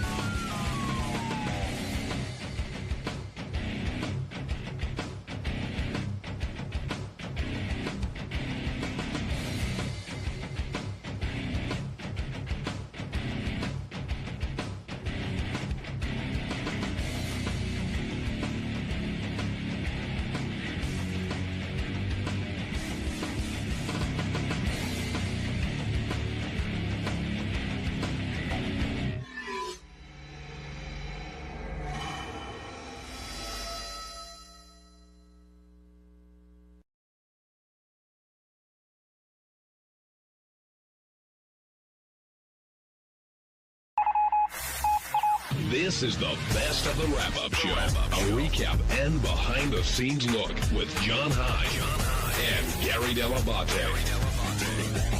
The best of the wrap-up show begins now. On Monday's wrap-up show, we discussed the whole Hey Now issue and how a lot of people on the show, not a lot of people, but some people on the show haven't fully embraced Hey Now. John Hine hasn't fully embraced Hey Now, and myself, I haven't ever before then embraced Hey Now. But I did my first public Hey Now. Hey Now. Hey Now. Hey Now. Hey Now. You really don't think it's good at all? Hey Now. What do you care what I think? I think it's kind of sexy the way I do it. Ralph Sorella, you're on the wrap-up show. Hey now. Hi, Ralph. Hey now. Hey now. Hey now. Hey now. Hey now. The greatest word ever. Ralph, do you have a problem with me not saying hey now when you say it? No, I don't. I think you either say it or you don't. It can't be forced into it. It sounded like when you said it on the show. It sounded a little like robotic. You really your heart wasn't in it. I was under duress. A beaten man. I love Hey Now. By the Do way. you say it in private when no one's around ever, like enthusiastically? I can't reveal that. Hey, it's funny, speaking of Rob Schneider, he did a great bit on Saturday Night Live, or maybe in his stand-up, and he talked about how dude was such a great word because you could use it 20 different ways. Yeah, stand-up, yeah. Yeah, and that's like Hey Now. Hey, but Ralph, before you tell your story, I'll get just a quick Hey Now story. Hey Now. The guy that plays the guy that did Hey Now, what's his name? Jeffrey Tambor. Jeffrey Tambor. Hey Now. He wanted to come on the show once. This is after we were doing like the whole Hey Now thing. And he wanted to come on the show, and we just passed on it because we'd already like sort of done it, whatever. I walk out of our old building on 57th Street, and I just happen to run into him. And he pulls me into a doorway. He goes, "Hey, can I talk to you for a second?" And he goes, it was such a Hank moment. He goes, I tried to get on the show, and you guys wouldn't have me on the show, and I couldn't believe it. I said to my publicist, I'm the Hey Now guy. I can't believe I have the Hey Now guy on. I'm like, yeah, I don't know about it. I can't believe that he would say that because there's a Sanders episode where this huge fan of the show who's a complete douchebag who like grows a mustache like Hank and stuff like that, he buys the license plate that says Hey Now, so Hank tries to buy it back from him, and the fan goes, hey, I got to keep it. I'm the Hey Now guy. And Hank's like, no, I'm the Hey Now guy.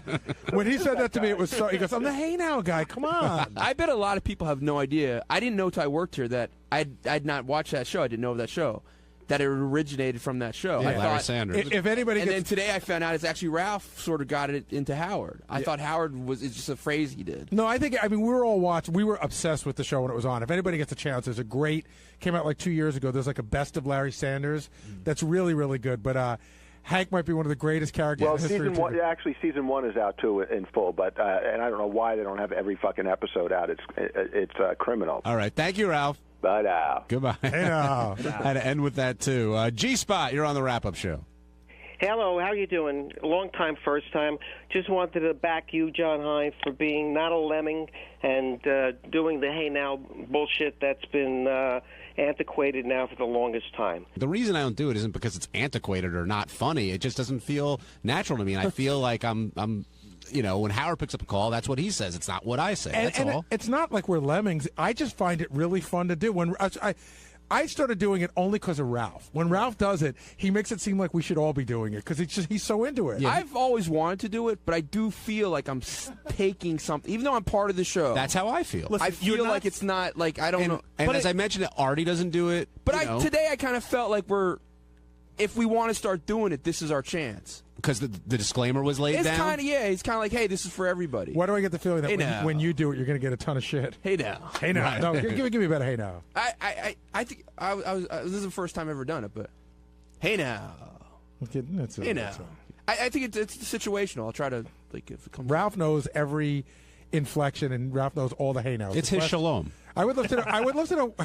Ralph should call back, and we should have I would like to do Ralph like a hey now at a funeral. At a funeral, a hey now at a funeral, a hey now of joy. Please don't. Okay, Ralph. Gary asked for it. If you're at a funeral and you want to give your condolences, here you go. Here you go, Ralph. This is my mom. My dad just passed away. This is Ralph. Mr. and Mrs. Dell'Abate. You wouldn't say Mr. Hey now. All right, Ralph, you just won the lottery. Hey now. Ralph, there's a hot chick over there who wants to fuck you. Hey now. But she has herpes. Hey now. You are the master. It's like. Hey, let me just give Benji a quick hey now lesson. Thanks, man. If you're gonna say hey now, first of all, the basic hey now, you got to lower your voice a bit. You know, you got to get down to, hey, and you got to push the hey out there and let the now kind of like lilt. It's like, hey now. Hey now. Shorter hey, longer hey now. now. Oh, Like, short hey. Short hey, long now. You gotta Hey now. You gotta push it out. Hey now. Hey There you now. go. That was a good one. Really? Yeah. Good job, Ben. Just get that one on tape, and I'll just keep using that one. Hey, it's Gary Dell'Abate, Baba Booey. On Tuesday's wrap-up show, we talked about the fact that Kurt Angle, the wrestler, came in, was getting very romantic with Robin, read her a poem, and we were just trying to figure out what kind of a man does Robin like. Artie and Fred were there, and we all sort of kicked it around. What is Robin looking for in a man?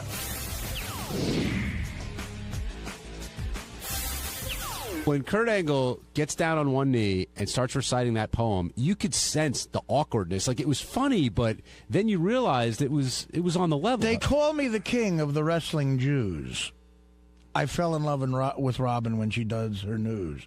I'm trying to think of more verses. Now, Artie, did you think Kurt Angle was being sincere in his feelings for Robin? Absolutely. Absolutely. And I mean, you don't go through that if you're faking it. I think that what was going on was, I think that he was very serious about Robin. I think that he was doing his best to sort of court Robin, but I think he wants to fuck Robin. Is what I think. I think he was sincerely interested in a relationship. I think he's hot for Robin and would like to take her out, and he knows he can't bang her on one date, so he's trying to put on his best. But I think he's hot for Robin. Were you surprised by her answer? I'm not surprised by anything when it comes to her and dating anymore. She seems to be. What do you mean, that she didn't believe it, or that? No, that she said yes, she'd definitely go out on a date with him. Because after the last couple of shows, I'm wary. Is Robin? I just said that because I didn't want to hurt his feelings, and then who knows where that's going. Well, we're lucky to have a rare Fred Norris appearance, and Fred's usually pretty good at this. So, Fred, we're sitting around here.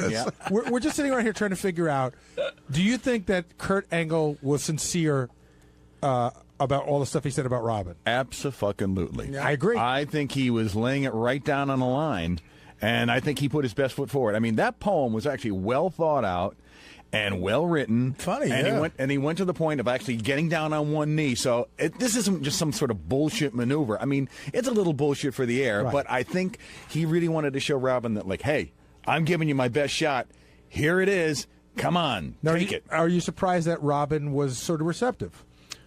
I'm surprised that she was or wasn't. That she was. I think she was being cagey on the. I'm not saying that she's like totally buying into the whole Kurt Angle He walked thing. out of here with her email address and her cell phone number with her permission. See, Robin plays this game too. It's like where it's like on one hand it's for the air, and then it's like, and then she goes later on. She's just kidding. I mean, I wish she would just for once fess up and say, "Hey, I just want to have a good time with this guy." Well, there's nothing wrong with that. Right. It's funny because nothing wrong, Freddie, with that. because you're one of the rare people that spent time with Robin and the young guy. Right. And Robin now says that was all just a goof. But do you think that was a goof? Dude, I don't know. I mean, I don't know. I think Robin enjoyed his company. That I can say with total confidence. I think she enjoyed his company. I think he was a fresh breath of air after the Jim Florentine stink that happened in her life. And this is not a knock against Jim. I mean, it sounded that way, but it's not. I think she was, for some reason, I think she took the Jim thing really, really hard. Yeah, I agree. She might have been a little, dare I say, she's a 34, I know, but a little brokenhearted, maybe. She was hurt. Yeah. I got the feeling that Robin was definitely, whether it was her pride was wounded or whether she really had feelings for Jim, whatever it was, I had a feeling that something happened And I there. think she took that relationship very seriously. And, Yeah. and Robin will correct me because I'm only an 11 and she's a 34. But I think she took it very, very seriously because she went to the point of saying, now here's a guy who did upper deckers in a hotel room and saying that he's deep. I mean, come on. I've spoken to Jim. Jim's a nice guy. He's a bright guy, but he's not fucking Nietzsche. Let's get No, but he's deeper than you think. He changed. Oh, Fred. He yeah, changed. yeah, yeah. No, he I think, changed. therefore, I take a shit. No, Jim's different. Jim's different. By the way, I just realized Nietzsche's the guy. Is Nietzsche the guy who said we're going to live the same life over and over again? No, he was the guy. Who was it that Richard Christie was quoting this morning? That does not kill Voltaire. me. No, Voltaire was something else. No, I think it was Nietzsche that said that which does not kill me makes me stronger. Somebody said it's in the movie Hannah and Her Sisters. Woody Allen has a great joke. He goes, I think it's Nietzsche who says we're going to live the same life over and over again. He goes, that's great. That means I got to sit through ice capades again. But I got a great new verse for the poem. You ready? It is Nietzsche. Wait. It is Nietzsche who says that? Yeah, it is Nietzsche who said that.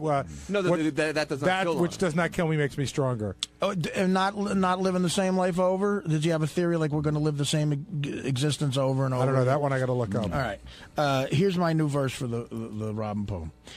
My love for you gets bigger and bigger. I've always wanted to date an African American. Robin Quivers. Robin Quivers. Brian, My love for you gets bigger and bigger. I always want to date Robin because that doesn't work. Quiver. Brian in D.C., you're on the wrap-up show. What's up, boys? I wanted to ask a question about Robin and if her narcissistic attitude could possibly mess up this potential love connection. Robin seems to be up for an adventure. I As think well that as she should. And she should. I think she'll probably go out with him once in a very public, safe place. That she should do that too. That she can get out of quickly. If she doesn't if she goes to dinner with him. And she wants to get out quickly. She'll do it on a weeknight, so she'll go, I got to go to work the next day. But I think she'll go out with him. Do you guys agree with Howard when he says she put on that love voice? Like her voice sort of changed when speaking with him? I don't know about that, but I was watching on camera. The one thing that I thought was interesting, the guy's down on one knee. What you can't see on the radio, and he's looking directly at Robin. Right. It's fucking embarrassing. Right. I mean, she's trying to look interested, but not embarrassed. But here's what he did that was right. He made the poem funny, not like schmaltzy. You know what I mean? So, and it was funny. He clearly listens to the show, and those were great references. And he's a bright guy. Yeah. So, and I tell you one thing: if it ever went further than just like a simple dalliance at dinner, he certainly is up to the physical challenge. Oh, yeah, absolutely. I mean, the guy was in the Olympics. He's a wrestler. He's in great shape. He can get her down. Yeah, he can do a smackdown. That is if Robin would let him. Now, not to get too far ahead with this, but let's say they hit it off.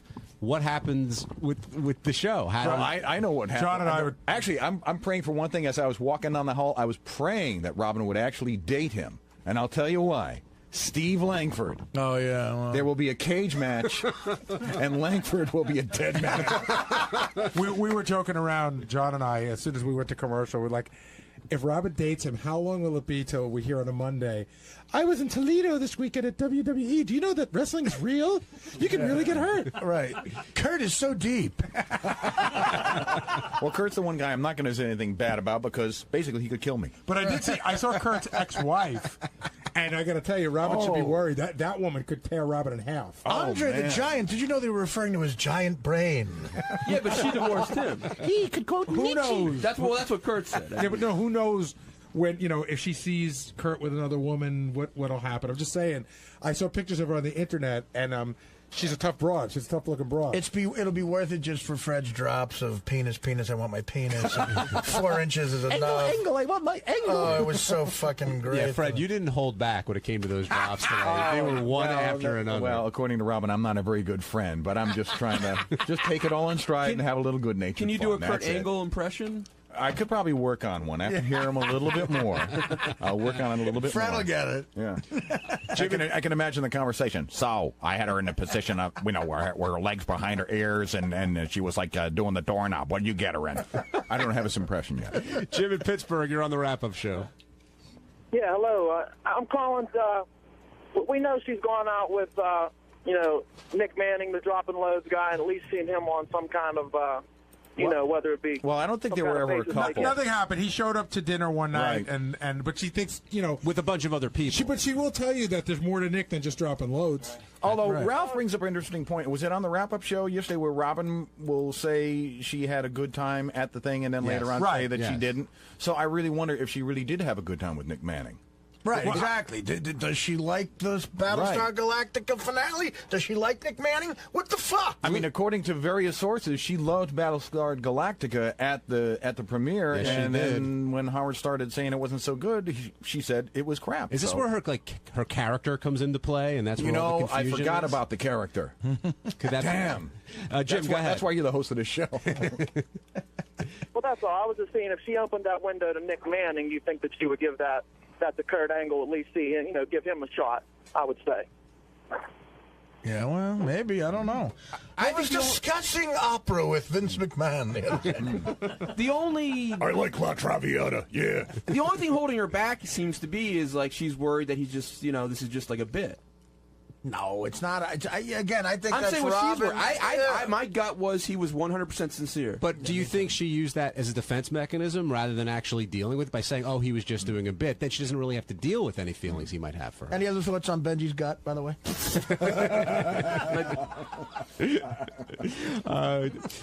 Jeff in Connecticut. My gut is disgusting.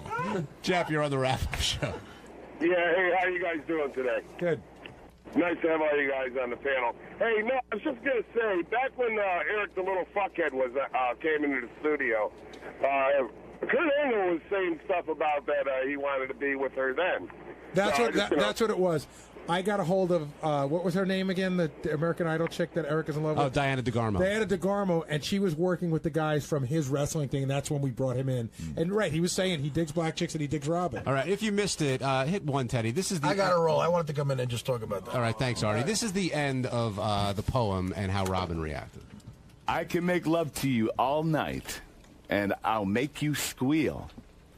I'll have you screaming. It's real. It's damn real. Wow. Well, that is fantastic. And the real damn real is my wrestling phrase. That's what I say. Look, I don't want to lose the momentum, but Robin, what do you say to this, and what do you say to a man who just got on his knees? I am very impressed. Now, would you go out with Kurt Angle if he asked you? He hasn't asked. No, I'm asking. What do you want a guy to do? He's a good-looking millionaire who wrote you a poem. What do you want? I mean, are you prepared to be a stepmother to his children? Sure. You are. Stepmama. You'll take good care of those kids. Absolutely. I like kids. Well, I think he just asked you out by reading that to you. I mean, I asked you out, Robin. Wow. Yeah. All right. I'll go out with you. Sure. Well, there it is. So I guess a date is somewhat on the horizon. It's imminent. Imminent. And Fred will work on that impression. Oh, yeah. Jill in Jersey, you're on the wrap-up show. Hi, guys. Jill from Jersey. Listen, here's a woman's perspective. He blew it by not asking for her number. She even said later, after Ralph said, you shouldn't have given your number, blah, blah, blah. She said, oh, I'm not going to pick up my phone. He is going to have to jump through hoops. No, he's not. She gave him the number.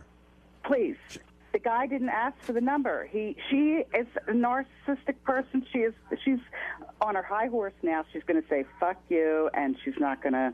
I'm telling you. Yeah, but at his success level, yeah, he could be a little bit shy, and she could find that cute. Benji, you know that's not the case. No, I don't. He actually seemed a little shy. Everybody's different. Every woman takes different. Some women would look at that as, oh my gosh, she's shy, how nice. And some people like, who is this? Jill from Jersey, see it a different way. Do you think Robin took it that way for real? That he was being shy? I think Robin's just sort of taken. I think Robin was sort of overwhelmed. First of all, none of us saw that coming today. I did not know he was coming with a poem. Oh, really? I can't imagine any guy on the show, let's say if they were in the reverse situation and you were single and some hot woman came in from something and got down on her knees and started doing poems, that you wouldn't be affected by that in some way. Yeah. I mean, the only thing douchier than that would be making like a videotape.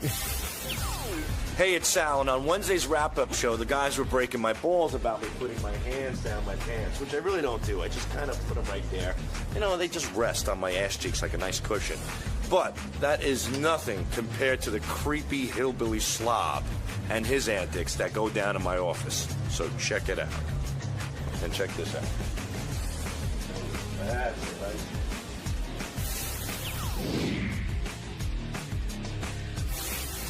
Richard, you pissed your pants and didn't do anything about it for 2 days? Yeah. Well, I'm still wearing those pants, but... Did you wash them? You haven't cleaned them? No.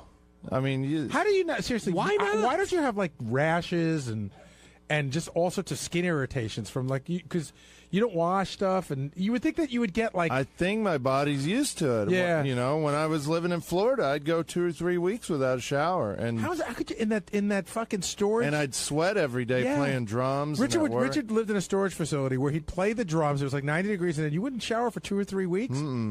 Somehow, I'd get once in a while. I'd get chafed in my butt crack. But Did you that not? was the Did you worst. smell yourself? I would just put on tons of deodorant and cologne. That's why I love cologne so much. I got used to it. Yeah, but Richard, I mean, I don't mean to sound patronizing, but you know better now. Like, you're living with your girl. You've been Indoor here for plumbing. a while. Why? Why keep doing it? Well, I'm better than I used to be. I mean, I don't go 2 or 3 weeks now without a shower, but you know what? It's not like I stood there and laughed at Sal and just let go a gallon of urine into my pants.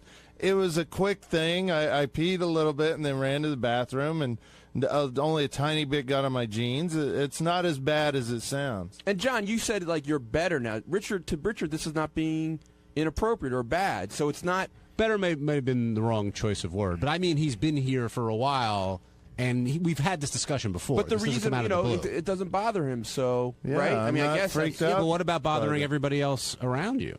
I mean, when's the last time you've had your face right next to my jeans? Well, we can't really talk about that on the air. But Sal, you share an office with him. Sure. I mean, doesn't it gross you out? I'm used to it. No, I know it grosses I've thrown you in the out. towel. He's disgusted in the middle. He's watching grandma porn. You know, he when can't take that. He sticks his hand in his ass crack all day. It's like- Sal does. Dude, what is that all about? It's almost like Whoa. like today. Whoa, Gary, you stop. Don't forge your head. You stick your hand in your ass crack No. all day? You have for years. Yes, you do. No, I don't. Yes, Remember you do. at K-Rock? I do this, Gary. What's that?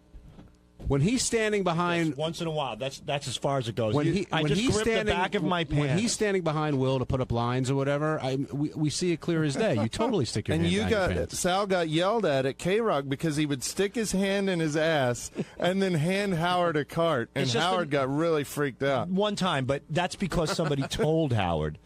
I didn't have my fingers up the crack of my asshole. It just touches the cheek of my ass. Well, who knows where and your then fingers you, are back there? You, Pissy McGillicuddy, you're the one who told Howard that Sal's got his hand in the crack of his ass and he's giving you carts, and that's why I got No, yelled Howard at. TV had video of you sticking your hand down the back of your I know, pants. apparently, it's more than just once. It's a little, you know how some people sniff their armpits or pick their nose at nervousness? I just put my hand. No.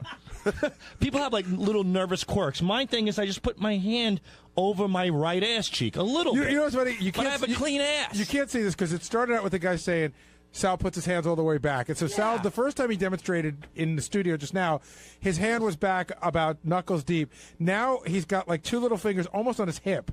Like you keep using less fingers and it It's keeps like moving this. further away from your ass. It's natural. Here it is. You got to get on the mic, Sal. Yeah, no, that's about right. Yeah, I'm not going near Yeah, my asshole. I would rather not be involved with that. Well, he digs deep, and then after he gives Will, After he gives Will the note, he walks away and he taps him on the shoulder. He goes, "Thanks, pal." Oh, I'll And rub Will your has- face. And Will has no idea. At least I have an idea of what's coming. Me and Sal shared a bag of chips yesterday, and I was actually I got on to him. I Yeah. said, "Did you wash your hands?" And I said, "Did you wash your hands?" Because his fingers are up his nose all day long. You big into nose picking? That was my not this year, but the New Year's of 2007 going into 2008. My resolution was to stop picking my nose. How'd you do? Terrible. I still do it. All day long, Gary, every time I lean over, his finger, it's like stuck up there. It's like crazy glued up to it in his nostril. He doesn't even realize it's there. It got so bad that he made a doctor's appointment because he's been peeling away the lining of his nostril. I get bloody noses. Yeah, that's from it. bad. First of all, have you ever used a nose hair trimmer? I do. I do. That would, yeah. if there wasn't so much hair up there to collect all the shit. But that's not the reason Or I do if it. you I shower, you can empty out in the morning. Right. Well, the reason I do it, I don't know what I have, but I have a thing where I feel like I always have to touch my face. And I always touch my nose, and my finger ends up like sneaking up into my nose. Just touch some soap and water. I mean, he's always in there digging. And then he's got the audacity to ask me if I wash my hands while I'm eating potato chips. All right, we all have our little Yes, we've things. established that the two of you are gross. But I'm not in the same category as him. I'm clean. Yes, you are. I wash my hands all day long. Okay, keep telling yourself. Smell my hands right now. No, get away. Get away. Get away. Gary, please smell my hands. No. You'll smell. I guarantee you, if we blindfold John and he smells your hand and my hand, he'll smell soap on my hand. I have no interest in smelling either. I'm just of your telling hands. you how clean I am. Okay, well, thank you for telling me. I'm cleaner than you. Can we move over? I've never seen you wash your hands. On Thursday's wrap-up show, Howard TV director Scott DePace stopped by to continue the debate on who's smart and how smart he is. And after a little bit of conversation, Scott said that he's smarter than basically everyone in the studio and pinpointed Artie Lang as the least intelligent in the studio. And that led to a lot of debate about who's smart and who isn't. And no one's smarter than Scott DePace. Here's how it went.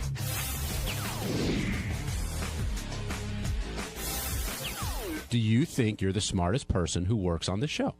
Who works on the whole show? No, I never claimed that. Who's smarter? I think John probably is smarter than You're I. saying that because I'm hosting the show. No, that's not true. I don't think Gary's a co-host. I think I'm smarter than Gary. You think you're smarter than Fred? Yeah, I mean, who knows? Maybe smarter than Robin. I think in an IQ test we'd be pretty comparable. Robin? Smarter than Robin? Yes. Howard? Yes. Benji? Benji, maybe not. I don't know. So you It's hard think to tell. Benji's smarter than Howard? Yeah, Because could Howard be. was a definitive. You're smarter than him. Artie? Yes. All right, so by your logic, Howard is the dumbest person in the studio. No, I didn't say that. Yes, you did. That's not what I just said. Howard is the least smart person in the studio. I did not say that. You compared one person to one person. Am I smarter than Artie? Yes. Am I smarter than Howard? Yes. I never compared Howard to Artie. See, I'm smart enough to realize that, and you don't. Okay, you said you were smarter than Fred. You Yeah. said you were smarter than Robin. Well, I said you probably said you were smarter than Fred. Howard. I am smarter than Robin. You Go said ahead. definitely Howard. Yeah. Okay. You said Benji was almost as smart as you when you went in there this morning. No, I said Benji might be smarter than I am. And that leaves Artie, and you said, okay, so who do you think is the least intelligent person in the studio? Least intelligent. Maybe Artie. Artie. Yeah. Okay. Gary? But I don't think anyone in that room is not intelligent. Just not as intelligent think that when as I you. go in there and they're going to start throwing sticks at me, I certainly am confident in my intelligence. So, and I would be, willing to take a test. I don't know What kind of test? how you prove it, but an IQ Is it an test? IQ test or is it Sure. a different kind of test? Yeah, an IQ. Now, if you ask who's funnier, they're certainly funnier. Who's a better communicator? They're certainly better communicators. Not asking that. Well, okay, fine. Okay. Artie Lang, you're on the wrap-up show. Who did this jerk off just say I'm dumber than? I asked Scott who he thinks is the. He said he's more intelligent than everyone in the studio, and I asked him who he thought the least intelligent was, and he said you were. So you're talking about who? Me, Benji, Fred, Howard, and Robin? Yes. All right. I'll accept that I'm dumber than them, but Scott, I hate to break it to you, man. I'm much smarter than you. All right. Hey, I listen. I'm not saying that you don't have qualities. You have plenty. You're obviously a lot funnier than I am. You obviously have a better memory than I do. I'm just saying. I think that if we were to take an IQ test, I would be higher. Yeah. What is the definition? What's the definition of smart to you? Well, what's your definition? I don't know. It's hard to say. Is it the way you interpret politics? No. Is it solving a math No, problem? I'd say the ability to tackle a problem and figure out how to deal with it. That's whether more it be mathematical, but it's one aspect of logic. The ability to look at anything you want to do. Whether what the hell is Artie, that? are you in the car with Thea Vidal? I'm in my $120,000 Mercedes driving by Scott's car. It looks like my car took a shit. Well, Scott got the chance. Scott got the chance to state why he's more intelligent. Artie, go ahead, rebut. Yeah. Listen, I don't. It's very possible. Maybe he's more intelligent than me. No, it's not. My point is, it's a gray area for me. I'm amazed that Scott is definitely, completely sure he's smarter than I am. Wow, could I be wrong on this one? Yeah, quite possibly. Is that what y'all want me to say? I mean, I'm just saying, what evidence do you have that you're smarter than me? Like, what are you basing that on? just things I've heard you say. Some of your analysis of politics. What? Yeah. I don't claim that. Listen, again, Artie, if you heard the whole segment, I did not say that I think anyone in that room is stupid. I think I'm intelligent. Some of my analysis of politics, I don't analyze politics. I don't care about it that much. I don't know. How can I put a? I don't. A smart person would be able to explain what you're trying to say. Well, why don't you explain? Okay, Scott, Since you you're think so you're smarter smart. than everybody else, That's and ridiculous. you think that you know more than everybody else, and that's the end of the story. I don't have an exact reason why you're put not on the bright. spot. Hey, Jason, listen. I know one thing, that I'm smarter than you. Go ahead. That is just. But why do you know that? Like, what's he the just basis? knows. I really don't. I know think you. I know Jason's you that don't dumb. like him, but Yeah. why do you think you're smarter than him? Then Jason or anyone I've else? Is it a heard- gut feeling? It's through conversation. When you hear someone and how they put two and two together, you go, oh God, that's So wait a just second. not- What deep conversation, Scott? Have I ever hired you to prove it? Either one. Artie, listen, dude. John is asking me this shit. I don't know. I know that I feel I'm pretty intelligent. That's it. I'm confident. I agree with you. I just think it's funny. You could be smarter. I just think it's funny that based on me and you interacting in the last 8 years, you have a definite thought in your mind that you're smarter than I am. I mean, you could be, but I just can't believe there's any evidence to prove it. He doesn't need evidence. What was He I just knows. supposed to say? I don't know. But Scott, on my end, I will say that just to defend myself, there are times where Scott will try to joke with me, like bust my chops and attempt to outwit me. And I must say that he's probably 0 for 68. And I agree. You are very funny. But why don't you open up a computer? Open up a computer and try to get it to work. Can you do that? I mean, if I paid attention to it for 20 seconds, I would. Let's- Also, give me 2 weeks on the golf course. I'll be a better golfer. How about let's put a stereo in front of you, see if you can hook it up. Yeah, but the difference is if Artie sat down with the computer for 5 minutes, he'd figure it out. You can spend your entire life trying to be funny, and it's never going to happen. Scott, I figured out. Look, how to get people- I wouldn't agree. I wouldn't disagree about the funny part. I don't claim to be a funny guy. And don't you I think know where my having a strengths sense are. of humor is a sign of high intelligence? Oh, Scott, I'm asking a question. No, I don't. But So it's you not don't. just, it's not, Scott, it's not just outwitting you. It's like Montecore playing with Siegfried and Roy. So you don't think there's any intelligence behind clever wit? Somewhat, sure, absolutely, but it's not God, is Artie some? He's fine. I don't know. Fuck, I don't know. See, I don't know what I said. I don't know. I love watching his Scott, head I'm just not rob. Scott, I'm not claiming to be like some smart guy. I'm actually pretty much just busting your balls because you opened up this entire thing by saying No, I it was didn't. really- No, I don't think didn't. this- People on the show called me stupid, and I said, "Listen, I'll go up against any of you. I am very confident." I didn't call you stupid. Well, maybe you didn't, but others did. No, I did. And John asked the question. I said that people say he's stupid behind his back. Not me. It's mostly Jason and Will. Well, I asked the question, but you get and Will too, huh? I asked Scott. I asked the question. That was a joke. Will all didn't. right. No, but, It's all right. but I'll Scott, take that it up really with was him a later. joke. I'll take it up with him later. No, that really was a joke. Don't Go give ahead, Will John. a Not a hard joke. time. Don't worry about it. Scott, I asked the question, but you gave the answer. Again, John, like you just said to me in the commercial break, of course you wanted an answer. If I have to tell you, would I put $10,000 on it that I'm smarter than Artie? Probably not.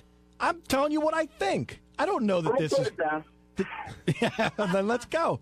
Let's. Well, because I'm smart enough to make that kind of money. I can afford it. All right, let's get another opinion on this. Ralph Sorella, you're on the wrap-up show. Scott, before Ralph, I'm sorry, one second. Scott, honestly, I'm just busting your chops. It was just funny to me that you're so definite about being smarter than me. It's like called hilarious. confidence. You ought to find some. Confidence? Yeah. Yeah, and he's doing that without confidence pills. That's right. Well, I mean, I don't know what you mean by confidence. I'm confident enough to, walk on stage at Carnegie Hall and do an hour of stand-up. Yeah, I wouldn't be confident in that. But what I am confident, I mean, I don't know how you can go through this world thinking you're stupid. I mean, that's just not a good No, quality. nobody's saying you're stupid, but you might not be. There's people that are smarter than you is a better way to say it. Yeah, could be. It's better to walk around delusional. I haven't seen them around here. I have not seen someone around here who goes, wow, that guy is so much smarter than me. Maybe John. Maybe John Hine. I haven't seen So it. what do I have to do? Drop you off at MIT? What do I have to do? Maybe bring some of those guys in. You think you're smarter than Fred, really? I don't know.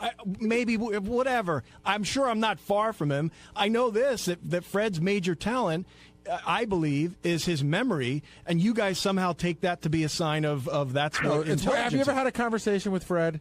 Yeah, and a lot of times my head, I But go, the difference whoa. is, Scott, you've never showed any signs of being smart. All right, Ralph, where have you? No, and can I just jump in real quick? In all seriousness, the difference is that Fred and Andy and Artie, they both have amazing memories, but they also both read a lot. They expand their horizons. They continue to learn and grow. You come down, you say, I'm smart. I don't need to learn anything ever again. I don't need, nobody could tell me anything I don't already know. That is a sign of a very lack of intelligence. You're a smart person because you have a brain that can learn things and memorize things, but you're not an intelligent person. You don't apply, Jason? apply your intelligence to anything. Yeah, can I jump in for a second? Go ahead, Ralph. Here's the He's deal. so annoying. Scott's not an idiot. Scott's not an idiot. Scott, be quiet for a second. Scott's not an idiot, but Scott, you're not very smart, and here's why. You're very you're very narrow-minded. You're ignorant. Yeah. And a smart person, Listen. you just repeat what you hear. You don't have the ability to extrapolate and Ralph, form an you know intelligent. nothing Scott, about be quiet. me. No, Be I'm quiet not going for- to be quiet. You've been you know making a nothing fool out about of yourself me. for an hour now. No, I haven't. Well, Yes, that's you your have. opinion. I don't care. John just lets you talk, and you dig your hole deeper and deeper. You're dumb. Oh God, Ralph. Listen, on the Look, like your intelligence opinion scale, on art. on the Your intelligence opinion on scale of art, all you those don't- people, you're certainly at the bottom. I'm smarter than you. Are you Oh, kidding me? come I'll put money on it. 10 grand right now. Take a test. 10 grand. Let's do it. I won't bet that much. I will bet you 10 grand any fucking intelligence test I can beat you at. I'll bet you on an IQ test like $500. Okay, Sure. fine. I'll throw $100 on Ralph. I could put that together way easier than a fight.